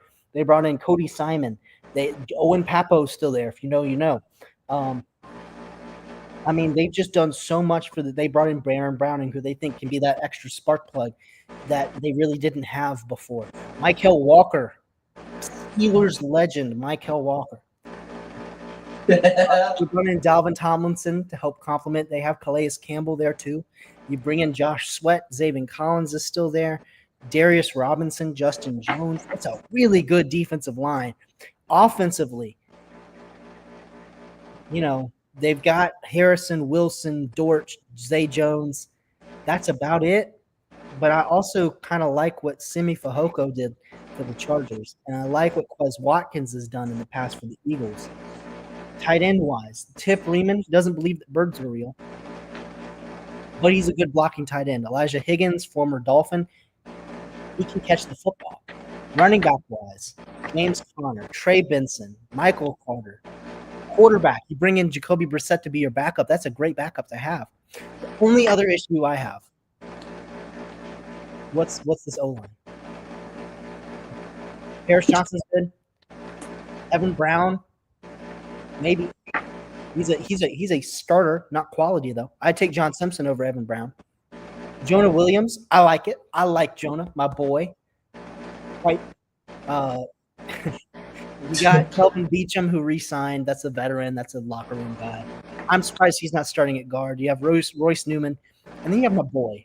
Give him some respect. Give that center some respect. Halaji Froholt. He came from literally off of every single person's radar. To signing on the practice squad, to getting a shot when people got injured. He started last year for them. Yeah, he started all year last year. That's what I'm saying. He got that shot by just getting an opportunity. He hasn't given that up. And I think Halaji Froholt is a great guy. I don't think he's like a Pro Bowl by any means, but he is at least better than 16 other centers in the NFL. He is. I agree. So, give me this team for right in the middle. I think they're going to be around 500, maybe a little bit better. Kyler Murray, he could go crazy this year. Maserati Marv could go crazy this year. This could be a really fun team. This is definitely one to watch. I think it's just if Jonathan Gannon can unlock that defense, finally unlock that defense and get them going like they did in Philly, they're going to be look, if he can unlock that defense, they might be a top 5 team in this league. Yep. Already. And they're young because I look at the offense. They were great last year, but what did they struggle with last year? What knocked them out of the play? That defense. If that defense can just become great, that offense is going to be cooking with grease as well. So, what do you think of the defense? What do you think of the Cardinals defense, buddy? Oh, yeah, you think they're good? You think they're good? He's like, if I can't pee on it, it doesn't matter. All right, number what we at? 15. We're in 15. So so all of these teams are better than the Cardinals. I just want to put it out there. All these teams we think are going to be better than the Arizona Cardinals, which we think the Cardinals are going to be the middle of the pack team this upcoming year. All right, 15. This one might be a little bit of a drop off, but I think their division is going to be tough. It's going to be led by two teams, and this team could maybe sneak in the playoffs with the way the NFC is. When you got those three in the NFC South that could waver at 7-10, 8-9, and 9-8. I think this team could go a good 10-7 and maybe clinch a playoff spot potentially. But I'm going to go the Green Bay Packers here, and only because of the receiving room. I don't know how healthy Christian Watson is going to be. Are you going to get a fully healthy and a full season of Jaden Reed? You don't know. Are you going to? I mean, you brought in Matthew Golden and Savion Williams, your guy, Savion Williams, who I think could be great additions to this team. But I'm looking at what just happened a couple of weeks ago. Elgton Jenkins did not get a contract, and he's saying he might not play. So your O-line is going to consist of Rasheed Walker, Aaron Banks, maybe Jacob Monk at center, or you move Aaron Banks to center, and you move Rasheed to guard and put Anthony Belton at tackle. But what are you going to do if Elgton Jenkins cannot play for this O-line? And that's what I think is going to be the real concern. But another concern for me is this corner room, because I think Jair might be out the door as well. They're trying to get a trade for him going.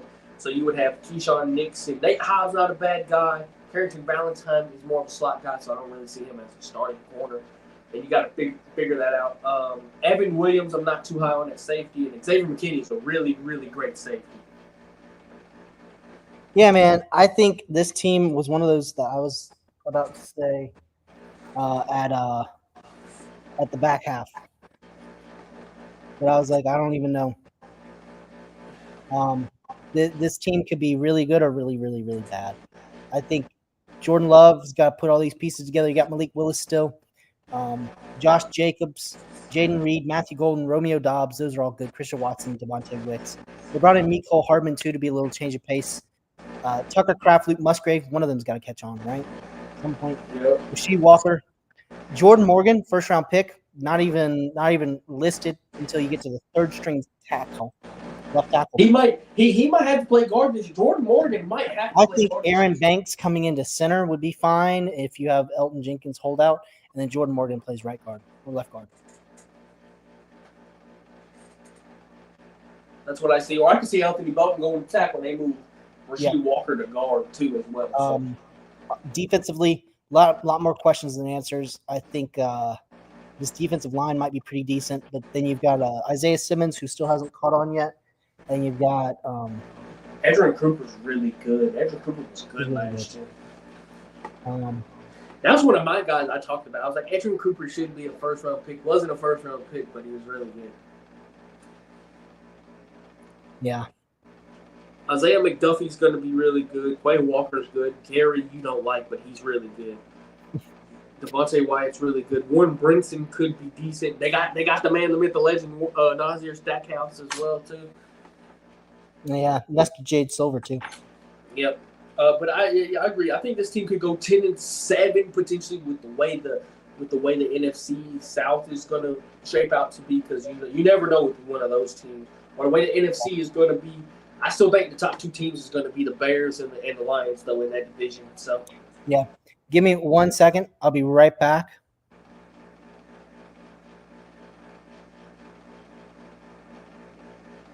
So, Inside the Cage people, what do you think about the prediction so far? Do you think we are okay, or do you think we are not okay? I think we've done pretty good so far. There's still some concerning other rosters that might have other teams here, but like I said, we got to see how they play in regular season, and then it might change on down the line, So it just depends on who's where and who's not, stuff like that. Teams that are left are the Los Angeles Rams, Seattle Seahawks, Tampa Bay Buccaneers. You got both Detroit and the Chicago Bears still left. Washington Commanders, Philadelphia Eagles. You've got the Chargers, the Chiefs, and the Broncos as well still left. You've also got the Steelers and the Ravens still left, and you've got the Buffalo Bills left as well. So those are going to round out your top 14 teams. Your top 14 teams left is going to be consisting of the Steelers, the Seahawks, the Rams, the Bucks, the Bears, the Lions, the Commanders, Eagles, Chargers, Broncos, Chiefs, Steelers, Ravens, and Bills will consist of the top 14. So these will be the playoff teams that you see potentially maybe competing, fighting for that spot in the playoffs.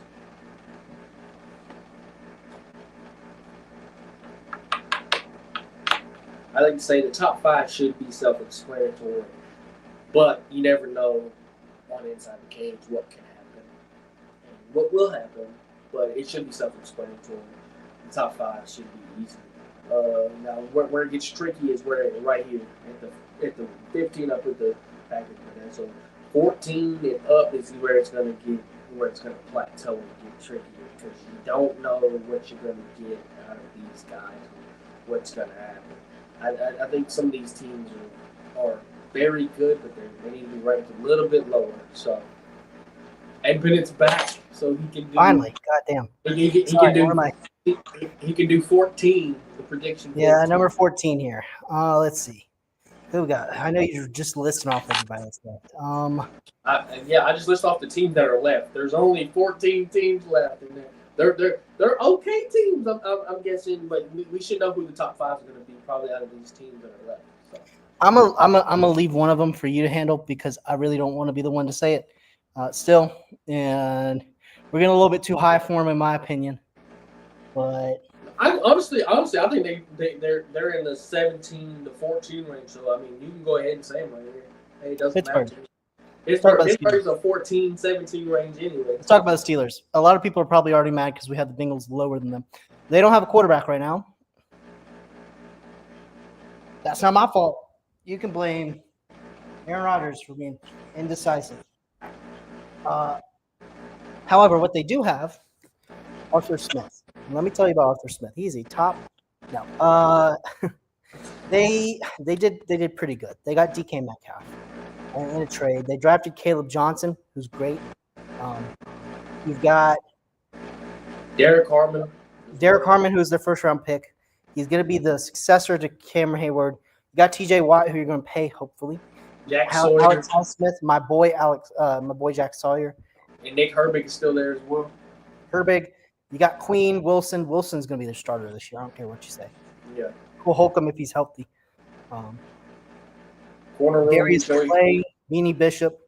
Joey Porter. Trace. Brandon Eccles. Not terrible. Not the best. Sean Elliott, Minka Fitzpatrick. And Juan Thornhill as well. That's a great pick. Juan Thornhill. My favorite player on this defense, though, besides Jack Sawyer, my boy, y'all signed Sebastian Castro, who was somebody that I was mocking to the Steelers in like the 5th round. And y'all signed him. He is a prototypical safety that fits what Steelers are doing. He's going to make the team. He's going to start playing. He's going to be a starter. I think in 6 years he's going to be a starter. Like, he's going to beat that rookie contract. He's going to get a contract extension. I'm not saying he's going to be like a top dollar contract extension, but he'll get a contract extension. It's going to be great. He's great. He's just great. He's consistent. He knows what he's doing. He's a Mike Tomlin type of player. And that's the kind of guys they were lacking the past couple of years. And the thing is, he's undrafted, and he's going to probably make this roster, and he's going to learn behind Minka, Deshaun Elliott, and Juan Thornhill. What a great, hard-hitting trio of safeties that you can learn from as well. Other than the quarterback, which is scary because it's Mason Rudolph right now, the other thing that's kind of scary is this O-line. I have the confidence I have in Broderick Jones is parallel to the confidence I have in Colton McKivitz. Parallel. Broderick Jones should not be starting right now. He should have been sitting since day one. This is why I was like, you can go get Jedrick Wills right now. If you're the Steelers, you got to go get Jedrick Wills. Isaac Somalia was god-awful last year. Terrible last year. And but he's the only veteran we got. He's a veteran we got, so we got to keep him. Yep. Center, Zach Frazier, was great. Mason McCormick was good last year. Not a lot of people were giving McCormick a lot of credit. He's interesting. He's McCormick interesting. was good last year. I would like to see what he does with a full year starting. I think he could be kind of a DeCastro-esque type of player. Troy Fatanu, I think, is perfect. I love him. He was so good last year. So good last year. Before he got hurt. I like Max Sharpening and Spencer Anderson as backup depth pieces. But look, the only problem I'm going to have is we don't know if Fatanu's going to be ready to go for week 1, I don't think, because I still think he's dealing with that injury. He might be on that injured reserve list till week 4, so we might have to have Spencer Anderson play that swing tackle position for us. See, here's the issue: is I don't like any of these other guys. Really, it's really scary. I mean, if I'm the Steelers, look. Put Darnell up there right tackle at this point. Look. If I'm the Steelers right now, Broderick might have to play right tackle, and you're going to have to go get Jedrick Wills to go play left tackle. Jedrick Wills, there's some other guys that are out there right now. I know, but look, hear me out. I'm not. Spencer Anderson played right tackle at Maryland, so I like Spencer Anderson playing the swing tackle position more than I do like him playing. He's a swing guard right now, which he's good at right now. But I like him playing the swing tackle better and have Max Scarping play the swing guard for right now until we know officially if Fatanu's going to play week 1. Because if Fatanu plays week 1, Spencer Anderson, yes, you're going to be that swing guard. You might end up playing left tackle because Broderick Jones is going to be the decision maker. But Somalia probably going to get hurt. So Spencer Anderson, you're going to have to step in and probably play that guard position. And I'm not mad with it. Spencer Anderson was good at guard when he was playing guard. You got McCormick, you got Frazier, the best offensive lineman on the line right now. Because barring Fatanu, if he can stay healthy and play, Fatanu will be that best offensive lineman we got on the line. But I like what concerns me is not really the O-line. I think that they'll figure out a way to mesh with each other. They're young. That's the issue I have with them. They're very young. Besides Somalia is the. I could also see Brandon Scherf, still a free agent. Yeah, they play guard for them, but that's what I'm saying. I could see because I'm just saying Mason McCormick, he had a lot of experience at guard. I think he could kick out to tackle in a pinch. He could. Mason McCormick can play anywhere on that. Andreas Pete is also a free agent. I'm not saying he's a starting caliber offensive lineman anymore. But in a pinch, he played left tackle for the Saints for a little bit. All I'm saying is Steelers, you need to go get some depth. You need to go get some depth to help these younger guys. I know Max Scarping's there for veteran leadership, but Max Scarping's I don't think he's that bad, but he's not great. So I don't want him. But look, I'm looking at it. Look, Broderick Jones going back to left tackle when he played at Georgia. He might be okay right there, but he's young. You gotta give him a chance, another chance. I'm tired of Broderick Jones. I don't really care. Get him out. You could also go with Shaq Mason too. He's gone. But Fatanu, I'll give you another chance. You were hurt last year. You didn't get to play. I think he's going to be really good. Zach Frazier, he proved himself. He damn near a top 10 center in the league right now. Yeah. And then McCormick, like you said, I need to see more from McCormick. But when McCormick went in for James Daniels after he went down, he was. I'm not gonna say he's great. He was good. He's good enough. He was good enough to take that starting role from James Daniels, which he did. But now can you excel and become that great? I would also see him being a swing tackle or moving to tackle, and they move Spencer Anderson to guard this year. That's where Anderson's slated to start or back up as guard. Yeah, I like Pittsburgh's chances if they get a quarterback. If they don't get a quarterback, and it's Rudolph, I think they're a bottom half team. Well, look, people are sleeping on Rudolph. When Rudolph was in Pittsburgh and that mess with Trubisky and Kenny Pickett, what did Rudolph do and prove everybody wrong? And that when they fired Canada and they had Andy Faulkner and the other guy being the offensive coordinator, Mason Rudolph goes in there and in his first game played very well. Okay. We knew he was going to give you 1 or 2 games. Same game, he busted his ass and threw for 300 yards. And I'm like, where was this at all along, Mason Rudolph? And he also had that nice throw to George Pickens over the middle when he was getting hit and he double pumped it. I'm like, what the hell are you doing? You're going to throw a pick. No, George Pickens wide open in the middle. But, like I'm saying, I don't think he's going to be as bad. He's never really lost under 5 games in his career as a Pittsburgh Steeler when he was in Pittsburgh. So the hate that Mason Rudolph is getting is look. I have a love. You know me. I have a love-hate relationship with Mason Rudolph. Do I like Mason? No, but do I think he can win 7, 8 games? Yes. That's why I think he's there. He's good enough to win 7, 8 games, and you have Will Howard that if he needs to come in, he can win you maybe 1 or 2 games, which will put you at 9 and 8 or 10 and 7, which you can't be really mad. Well, Steelers fans, you can be mad because we want to be better, but you can't be mad that you're back where you normally were. So, like, Mason Rudolph, he's gonna win some games because that's what he's gonna do. But the thing is, if you get Aaron Rodgers, you're gonna be at this spot. You're gonna be 10-7, maybe 11-6, 9-8. If you're with Mason Rudolph, like I said, I think they're gonna go 9-8 with Mason Rudolph as the starting quarterback. And I think Mason Rudolph can win 9 games. And a lot of people are sleeping on Mason Rudolph because the dumpster fire in Tennessee.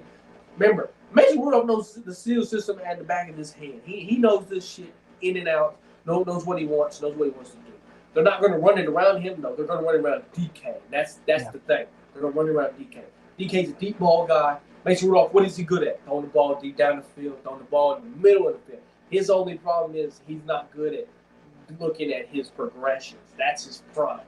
But he's good at the middle of the field. He's good deep down the field. And that's what the Pittsburgh Steelers are going to do after they run the football 90,000 times with Jalen Warren and Caleb Johnson. So, All right, I think we're going to move on to 13, right? number 13 for me, I'm going to go Seattle here. I'm like I said, we don't know what Sam Darnold's going to do. We really don't. We know he was good with the Shanahan type tree last year with Kevin O'Connell in that tree. He gets Kubiak or whatever name. Kubiak, Kubiak, who was his offensive coordinator at USC. So I mean, he got a guy that he's familiar with. He's got a guy that he knows, and he should. They also got Cooper Kupp, which is an added extra to help you with Jackson Smith and Jigba already being there, and Jake Bobo, the wide receiver, getting a lot of love now, I guess, because they lost Tyler Lockett. So Jake Bobo, Cooper Kupp, and Jackson Smith and Jigba, you're getting a lot of love. But I really want to see if the defense can step up. The defense was good towards the end of the year last year, but they weren't good at the beginning. They didn't start off strong. I need to see how Sam Darnold does in the beginning of the year. This is why I have them at 13. I still think they're a playoff team either way because I think Sam Darnold's decent enough at this moment in time to get them to the playoffs. I like the Darnold addition. I think Milroe's a perfect third-string quarterback for them for now. Kenneth Walker, one of the best running backs in the league in terms of stats. Jackson Smith and Jigba, Cooper Kupp, Marquez Valdes-Scantling. You bring in Torrey Horton. I mean, Ricky White, special team god, blocked 4 punts last year. Noah Fant, you live and die with him and Arroyo at this point. Fant's good when he has someone throwing the football. So offensive line finally got better. They bring in Gray Zabel. Oluwatimi, I like them. Coming out of college, coming out of Michigan. Can see why people don't like him. I can see that. Anthony Bradford's going to be starting. You kind of want Christian Haynes to take that step and fight for that role. So we'll see. Abraham Lucas, if he gets hurt though, it's pretty bad. On that side at least. They really didn't bring in a bunch of other guys other than Zabel. Defensively, Byron Murphy, Hankins, Williams, Lawrence. They bring in Tank Lawrence. They have Uchenna Nwosu. That's what I was like for deep. They're going to live and die by this defense. Pat O'Connell, he's a Super Bowl winner with the Bucks. Kobe Bryant, Julian Love, Nick Amanawari's they're back up there now. Look, they're going to live and die. Remember, Inside Cage, if you don't know, me and Bennett's got to get a green 3 jersey now. We do. Witherspoon, Woolen, both love both of them. Josh Jobe, we'll see. Boye Mafe's good. Jarrett Ivey being on this team is good. He'll make that roster for sure. I think this is a good draft. This was a good draft. Like I said, I think they live and die by this defense. And like I said, I gotta see what Darnold has what he didn't have last year in Minnesota. But look, I gotta see what Darnold can do though, because we know what Darnold was before he went to Minnesota. If he plays like that, Seahawks are in trouble. If he Jackson plays, Smith is going to be the Jordan Addison. Marquez Valdez-Scantling is going to be a really worse version of Jay Jettas. Jalen Naylor. No, of Jay Jettas. And then Cooper Kupp is going to be something that he hasn't had since he was in, the Jets, where he has this white guy who's just explosive and can catch. No. I mean, Sam Darnold played with Debo, so Cooper Kupp can kind of remind you like Debo. He's kind of like a Debo player. And he's got a good tight end. I mean, Noah Fant is not T.J. Hawkinson, but he could do. And then he's got a better run game than he had last year. So, but it's like I said, it goes with Sam Darnold. It depends on what Sam Darnold you're going to get. Are you going to get the one from last year? Because if you do, guess what? You're going to be there. You're going to be at that 6th, 7th, maybe 5th seed in the playoffs because I think the teams are better that are there. Or are you going to get Sam Darnold of the Jets or the Panthers? And your season's going to go to shit. Yeah. Which one are you going to do? Going on to number 12, right? Yep. We're going the bright lights of LA Chargers. I think this team got a lot better. I think they made some superfluous draft choices, though. Especially running back wise, they took Amari and Hampton when they had basically the same thing with Najee. And Hassan Haskins. They don't have I guess Hampton could maybe be their pass catching guy, but Najee can be a pass catcher. Najee's a pass catching running back. I like that they brought in Lance as a development fuck it, why not guy. Mike Williams coming back home. He's gonna retire after this year. He's got to, right? I mean, but he's gonna be big for them this year. Actually. Trey Harris is gonna be really good. Quinn Johnson, if he can catch on. Look who they brought back to tease Quentin Johnson to beat Quentin Johnson. Mike Williams, who they want him to be like. So great. Will Dissly, Tyler Conklin, Rondé Gadsden. Those three are going to be your tight ends. Scott Matlock, why do they keep putting him at fullback? He's a D tackle, but he's good. Rashawn Slate. This is fighting for, O-line wise. Yeah. This is fighting. Joe Alt, Rashawn Slater, Mekhi Becton. Apparently, they're putting Zion Johnson and Bradley Bozeman out there. Yeah. I honestly thought it was going to be Zion Johnson at guard, Andre James at center, but no, they've got Zion starting at center. They got Zion starting at center? They got Bozeman starting at left guard. Holy shit. I thought Zion would be the guard. Defensive line-wise, they lose Poona Ford, so they bring in Tier Tart, Deshaun Hand. Odiingbo's there, Tuitu Pelotau, Dalen Henley, Junior Colson, Kyle Kennard they brought in, great pick. Khalil Mack, Bud Dupree's still hanging around. Odiingbo's not there. It's Agbania. Yeah. Cam Hart, Tariq Still, Dante Jackson, pretty good. Dante Jackson starting still is crazy though. But they did lose Asante Samuel Jr. though, who was their best corner last year. Yeah, they did lose him. Other than that, though, I like this team. I do like this team. They are definitely about 12 for me. I think they're quite young. They're quite young, which I agree with you. They're quite young. That's why I would probably have them at 12 as well, because they're quite young on the defensive side. Offensively, Herbert, step your ass up. That's all I got to say. Step your ass up, Herbert. I'm good to keep going if you are. I think it's pretty self-explanatory for the Chargers. They could make the playoffs this year. I think that this team just got to click. 11, I think I'm going to eke 10 out to you. You might hate it with the number 10 spot. But 11, I think I'm going to go Houston at number 11 here. And that might be a little too low. I was going to put them at 10, I thought someone would put them at 10 or higher. I think I'm going to put them at 11. The only reason was they lose. They did get Cam Robinson, so I can't say that they lost. They lost Larry Tunsil, though, the best offense. They traded his ass away. They said, "Fuck you." They lost him, but they bring in they drafted Ariante Ursary, who could take that spot from Cam Robinson easily. And I think Ariante Ursary could be a good tackle there. Titus Howard, I'm not a huge fan of. I still think they should start Laken Tomlinson over him. Jarrett Patterson was good at center, I guess. Drew Scruggs was damn near their best offensive lineman, barring Larry Tunsil. And Blake Fisher going into tackle. We don't know what he can do. He really didn't play that much last year. So I thought they were going to move Fisher to left, honestly. But Yeah, they I thought that too. But they got big boy Trent Brown.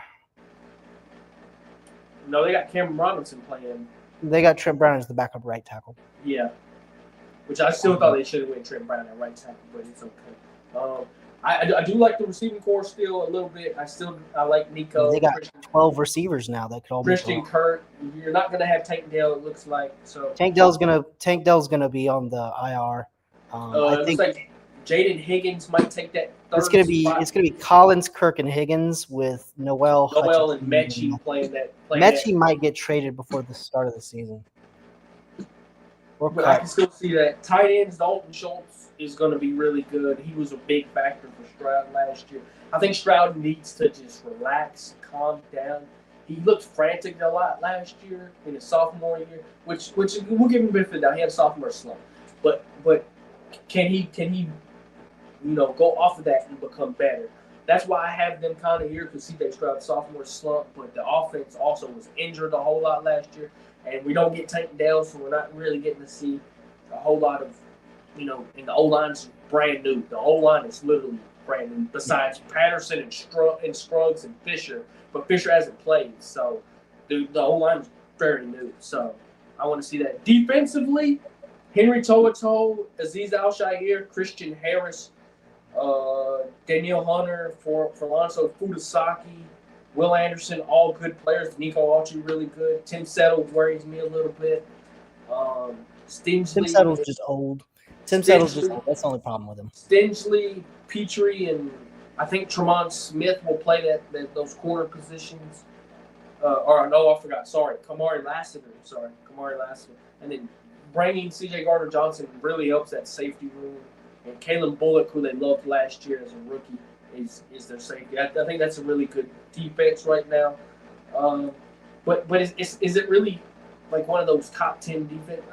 It could be. I think this is.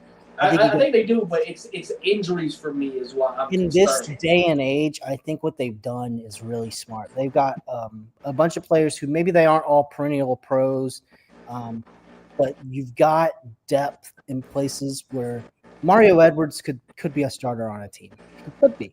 I'm not saying he's great. Nico Autry could also be a starter. Nico Autry could start somewhere. Sheldon Rankins has started in the past. Kurt Hinch started in the past. Speed has started in the past. All of these guys have either some experience or they're top draft picks. And it's just if someone goes, let's say Tim Settle goes down, boom, Sheldon Rankins immediately slotted in. You're not missing a beat there. Mario Edwards can slot in. If Danielle Hunter goes down, Derek Barnett has history starting. You can slide him right in. The issue is going to be if those people get hurt, then who are you playing? I think that they're going to iron some stuff out here. They've got a lot more players on their roster than what they're showing here on the depth chart. I think they're going to iron some stuff out. There's probably some UDFAs there to make some big impact to this team. But I like what D'Amico Ryans has. He's great at the linebacker position, man. He's got great linebackers there. He's got dogs. Dogs. And then you can just figure it out from there. You take that, you've spread it down to the D line. I also didn't think that they didn't really. All of them didn't mesh well together last year. This year is the year that you really study them. They study with each other because most of this defense is coming back. Will Anderson from the side, and then you've got C.J. Gardner-Johnson, who is a team captain. Like he's. I know, but I'm just naming the guys that were there last year. Will Anderson, Fudasaki, To'oTo'o, Hunter, Al-Shaair, Stingley, Harris, Lassiter, Bullock, and Petrie. I think it's Will Anderson, Hunter, Gardner-Johnson, and then either Al-Shaair or Harris. Those are like your defensive captains who are just in Stingley. I don't know if I mentioned. But like those are all the guys who like you're looking up to. Of hey, Stingley just got paid a bag. Yeah. Defensive Rookie of the Year, Will Anderson. But like you said, All-Pro, Danielle Hunter. Like you said, C.J. Gardner-Johnson is going to bring out of leadership here. He's going to become the captain. Like I said, I need to see how the defense still mesh. They all didn't mesh well last year. I mean, they played there and there, and they were all good in their own way. But they need to play together because if they can play together, I think they could be better than the Eagles' defense, in my opinion, if they all play well together. It'd be interesting. Hot take. Hot take. Would be interesting. All right, we're moving on to number 10. All right, let's get to them. You're gonna hate that. That's where I would have put them. I like where the Texans were, right outside the top 10. I think they're going to make the playoffs. They're going to win the AFC South. But this team could win their division. I think that it's going to be hard for them to. But they are the most improved team from last year.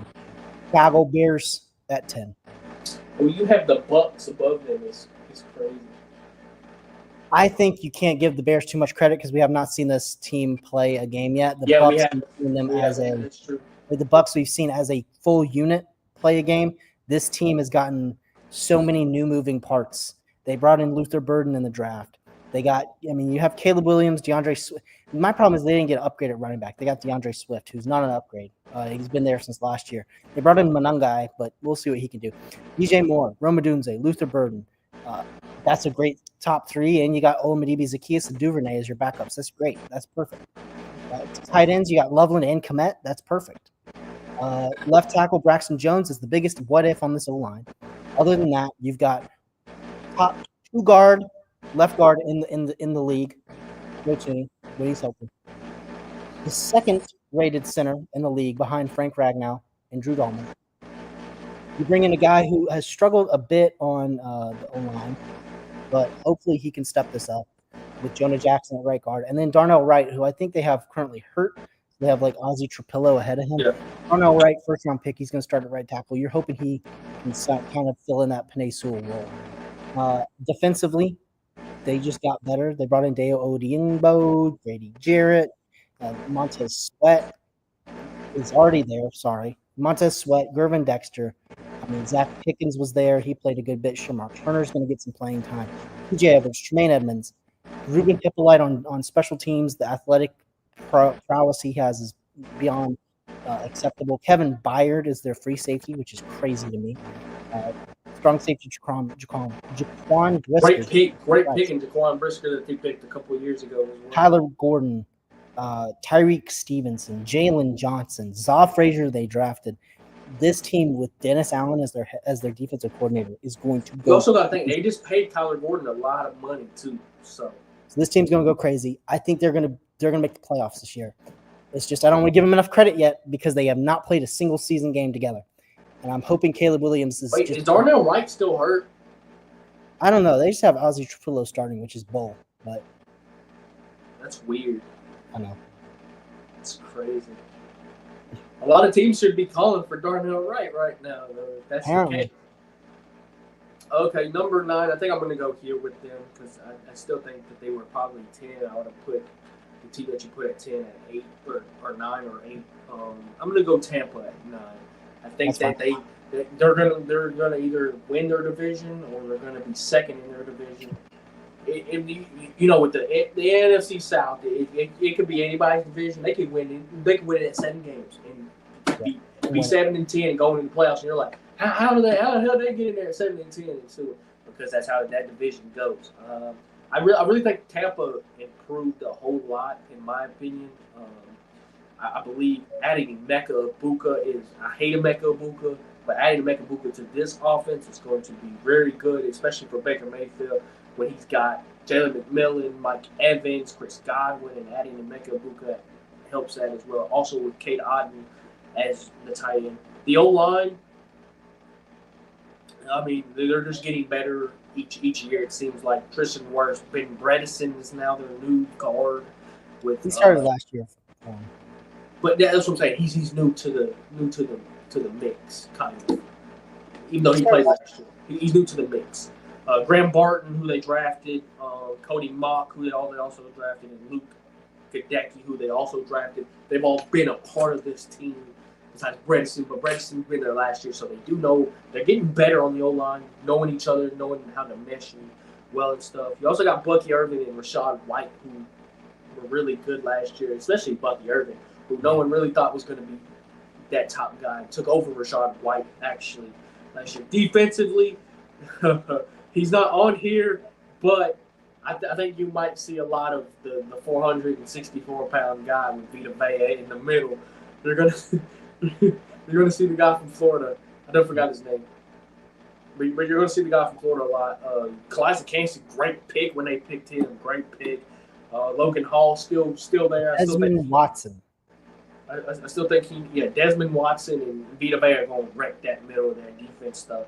But Yaya Diaby, what a step he took up last year, being really, really good. I think he's going to have a phenomenal year this year. Anthony Walker, decent linebacker.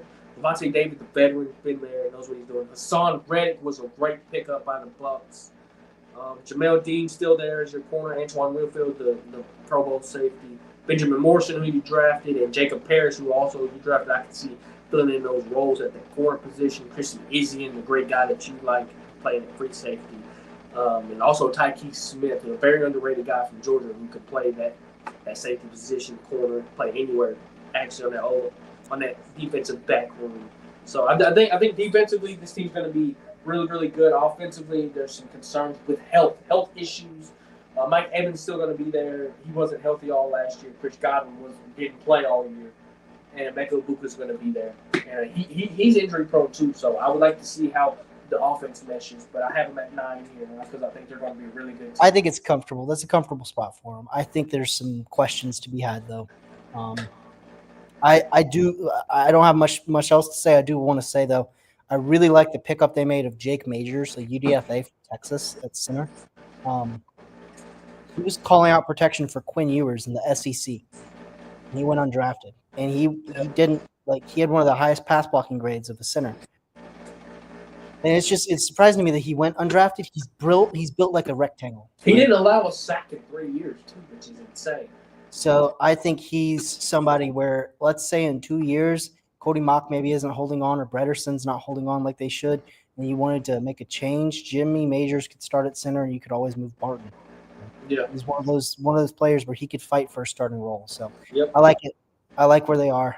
As a team, I don't think they're going to make as much of a splash in the playoffs, but they don't need to make. They just need to be good enough to win their division, which they are good enough to win their division. Next, we're going to stay in the NFC. We're going out to the east, to the District of Columbia. Washington Commanders are going to be pick number 8 here. They got pretty good. They got Deebo Samuel added to this offense. They drafted Josh Connerly.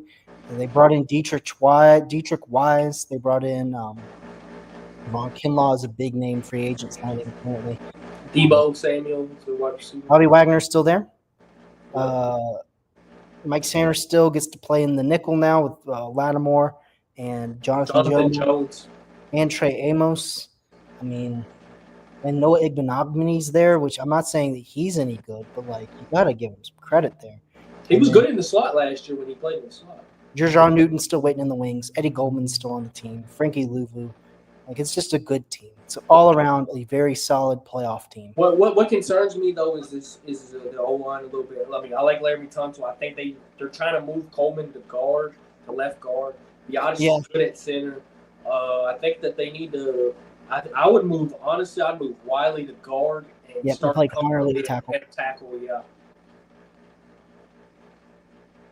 I just wait until Cosme gets healthy again. Or you could put Herbig at right guard and move Connerly to tackle, but I don't think they really want to do that. So I think Cosme's going to be the right guard when he comes back. I think you move Wiley to guard and you start Connerly at right. Algaretti, I think is he's going to be fighting with Coleman for that job, and Biotis is just going to. But what I've been hearing is they're moving Coleman to left guard as of right now. Yeah, I think he's going to fight Algaretti for that spot for sure. But other than that, wide receiver core is good. They brought in some good players. Running back wise, you got Austin Eckler, Brian Robinson, and Jeremy McNichols. That's fine. And then brought in Noah Brown back. So also picking up Jalen Lane from Virginia Tech was huge. He's a big 6'4" guy that can do a lot of things. That is true. All right, we're good to move to 8. Number 7. You just did 8. We did just. Number 7, I'm going to go with the Denver Broncos here. That's good. Yep. I'm only going to put them here at 7. They could have been 6, but I'm just looking at they're rolling out R.J. Harvey as their starting running back in week That's the hypothesis, is that he's going to win the job. And then I'm looking at the offense. I mean, I loved Devon Vele last year. I thought Devon Vele was really, really good. Like Marvin Mims, their number one receiver, in my opinion, last year. I mean, Cortland Sutton was really good, but I thought Marvin Mims really took the top off and was like, look, I'm your guy. I'm going to be the guy. I am your guy. I think Cortland Sutton's a good 1-2 punch to add to that. Vele was really good. Trey Franklin, I guess he's going to be there because he's a Bo Nix guy.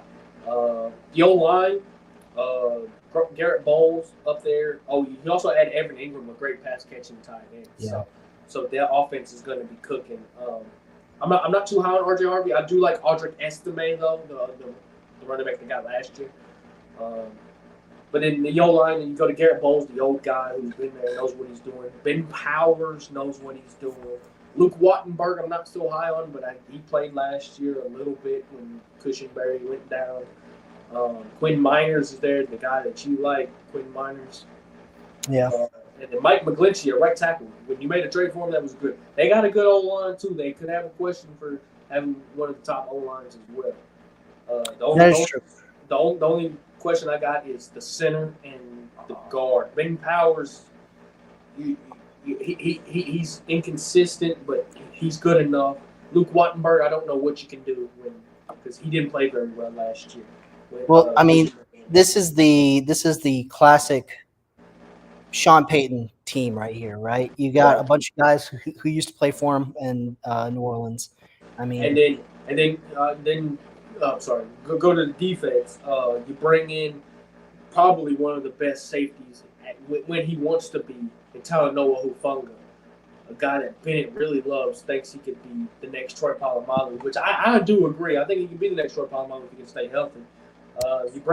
You bring in your draft pick, Jahdae Barron, to pair up with the defensive player of the year, Patrick Surtain. You got Jaquan McMillan. You got Riley Moss, who's going to play in your slot. A white guy from Iowa, really good. Brandon Jones, I'm not very high on, but he's good enough, I guess. I would rather you gave it to P.J. Locke, who was really good for them last year.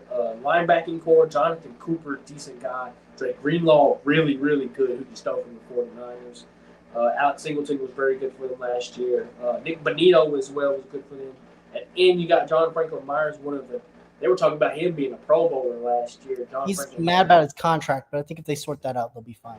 But they were talking about him being a Pro Bowler last year, John Franklin Myers. DJ Jones up front, and Zach Allen was really good for the Broncos as well. So I think 7 is a good spot for them. I think they're going to be competing with the Chiefs for the top spot. Yeah.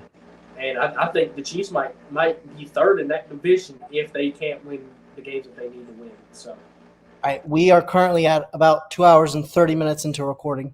We got 6 teams left. I think it's time for a rapid fire because we already know these teams are good. We've been here, we've done that. So I'm gonna go 6 here, and we'll hit on each one. I agree with everything you said about the Broncos. By the way, I think they're destined for some really good success. They might have the best defense in football. But number 6 for me, we are going to rock and roll with the Los Angeles Rams. I think their team is about the same as it was last year. They added a tight end, which they desperately needed. Defensively, they only got better. They added Poona Ford, massive upgrade for them. Hear me out. I think these could be the Super Bowl favorites. They could be in the NFC. It's NFC is a little bit more wide open than the AFC is. But I think they could be Super Bowl favorites in the AFC. It's just losing Cooper Kupp. What does that do? But they did bring in Devontae Adams. So that's better. 5 for me. People might hate me for this, but I'm going to put them there. I'm going to put the Chiefs at 5. I understand they were in the Super Bowl and they lost, but I just think the other 4 teams are better than the Chiefs. And it's self-explanatory. The Chiefs should have lost most of their games last year. They were in one-score game in every single game besides 4 games, and that was the Steelers, the Broncos, the first time with the injury to some of their players, and then they won double digits to the Raiders when they went to the crapshoot. So I think I'm going to put the Chiefs at 5. That's a take, but It's a very hot take. I think they got worse this offseason. They lost some big pieces. Offensive line still looks pretty questionable, and they trade away Joe Tooney. So a lot more questions than answers. I think they did bring in Josh Simmons though, so maybe have an heir apparent there. We will have to see. But they got to figure it out. That's why I have them They at 5. They do have to figure it out, and they lost their safeties. So Yep. my number 4 team is going to be the Detroit Lions. I think that's a perfect spot for him. Dan Campbell lost both of his coordinators, so this could be a really bad year for them. Just depends on how they set things up. They got some people in the wings. So offensively, they got a little bit better. Defensively, they've gotten a lot better. They brought in Tyleek Williams to help stop the run. Brought in Hassanon, edge rusher from Boise State, who's going to help rush the pass. Definitely got better. I do like their defense coordinator. He was a part of that Aaron Glenn tree as the linebacker coach. He's really good supposedly. So I'd like to see what the Lions defense can actually really do this year, especially if they can try to trade for Trey Hendrickson as well. Number 3, I'm going to go Baltimore here. I think it's self-explanatory. Baltimore just signed Derrick Henry to an extension. I think they're going to be, it's going to be hard to stop Lamar Jackson, Derrick Henry.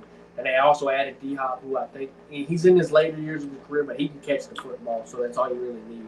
And you got Zay Flowers. Mark Andrews still there, but they're trying to trade him. You still got Isaiah Likely as well. So, I mean, the team's cooking with grease. The O-line, they still need to figure out some pieces on that O-line because the O-line's not as perfect as it was a couple of years ago or last year. So they still got to figure out that O-line. And I think if they can figure it out, they'll be okay. If they can't, they'll still be okay.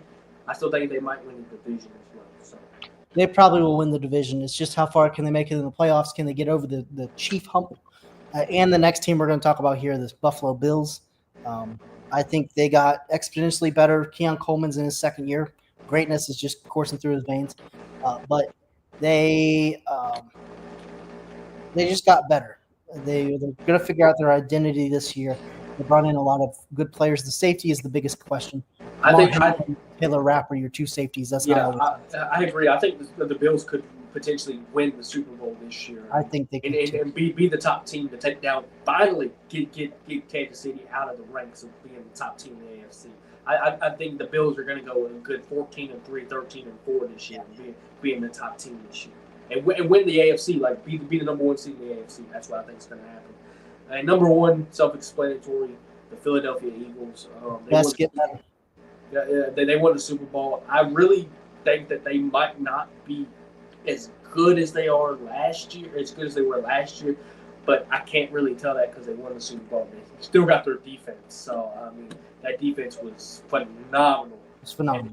And they're young. And I still got that Quinion Mitchell shirt because I told everybody that Quinion Mitchell was going to be great. And look at him now performing for the Philadelphia Eagles. Well, that's it. That's the NFL Power Rankings. That is the set in stone list. No questions asked. No questions asked. This has been it for Inside the Cage. I'm your host, Brady Johnson. You and me, as always, the man, the myth, the legend, the brother of Cowboys tight end, Jake Ferguson, Benny Ferguson. Thank y'all for watching. Peace.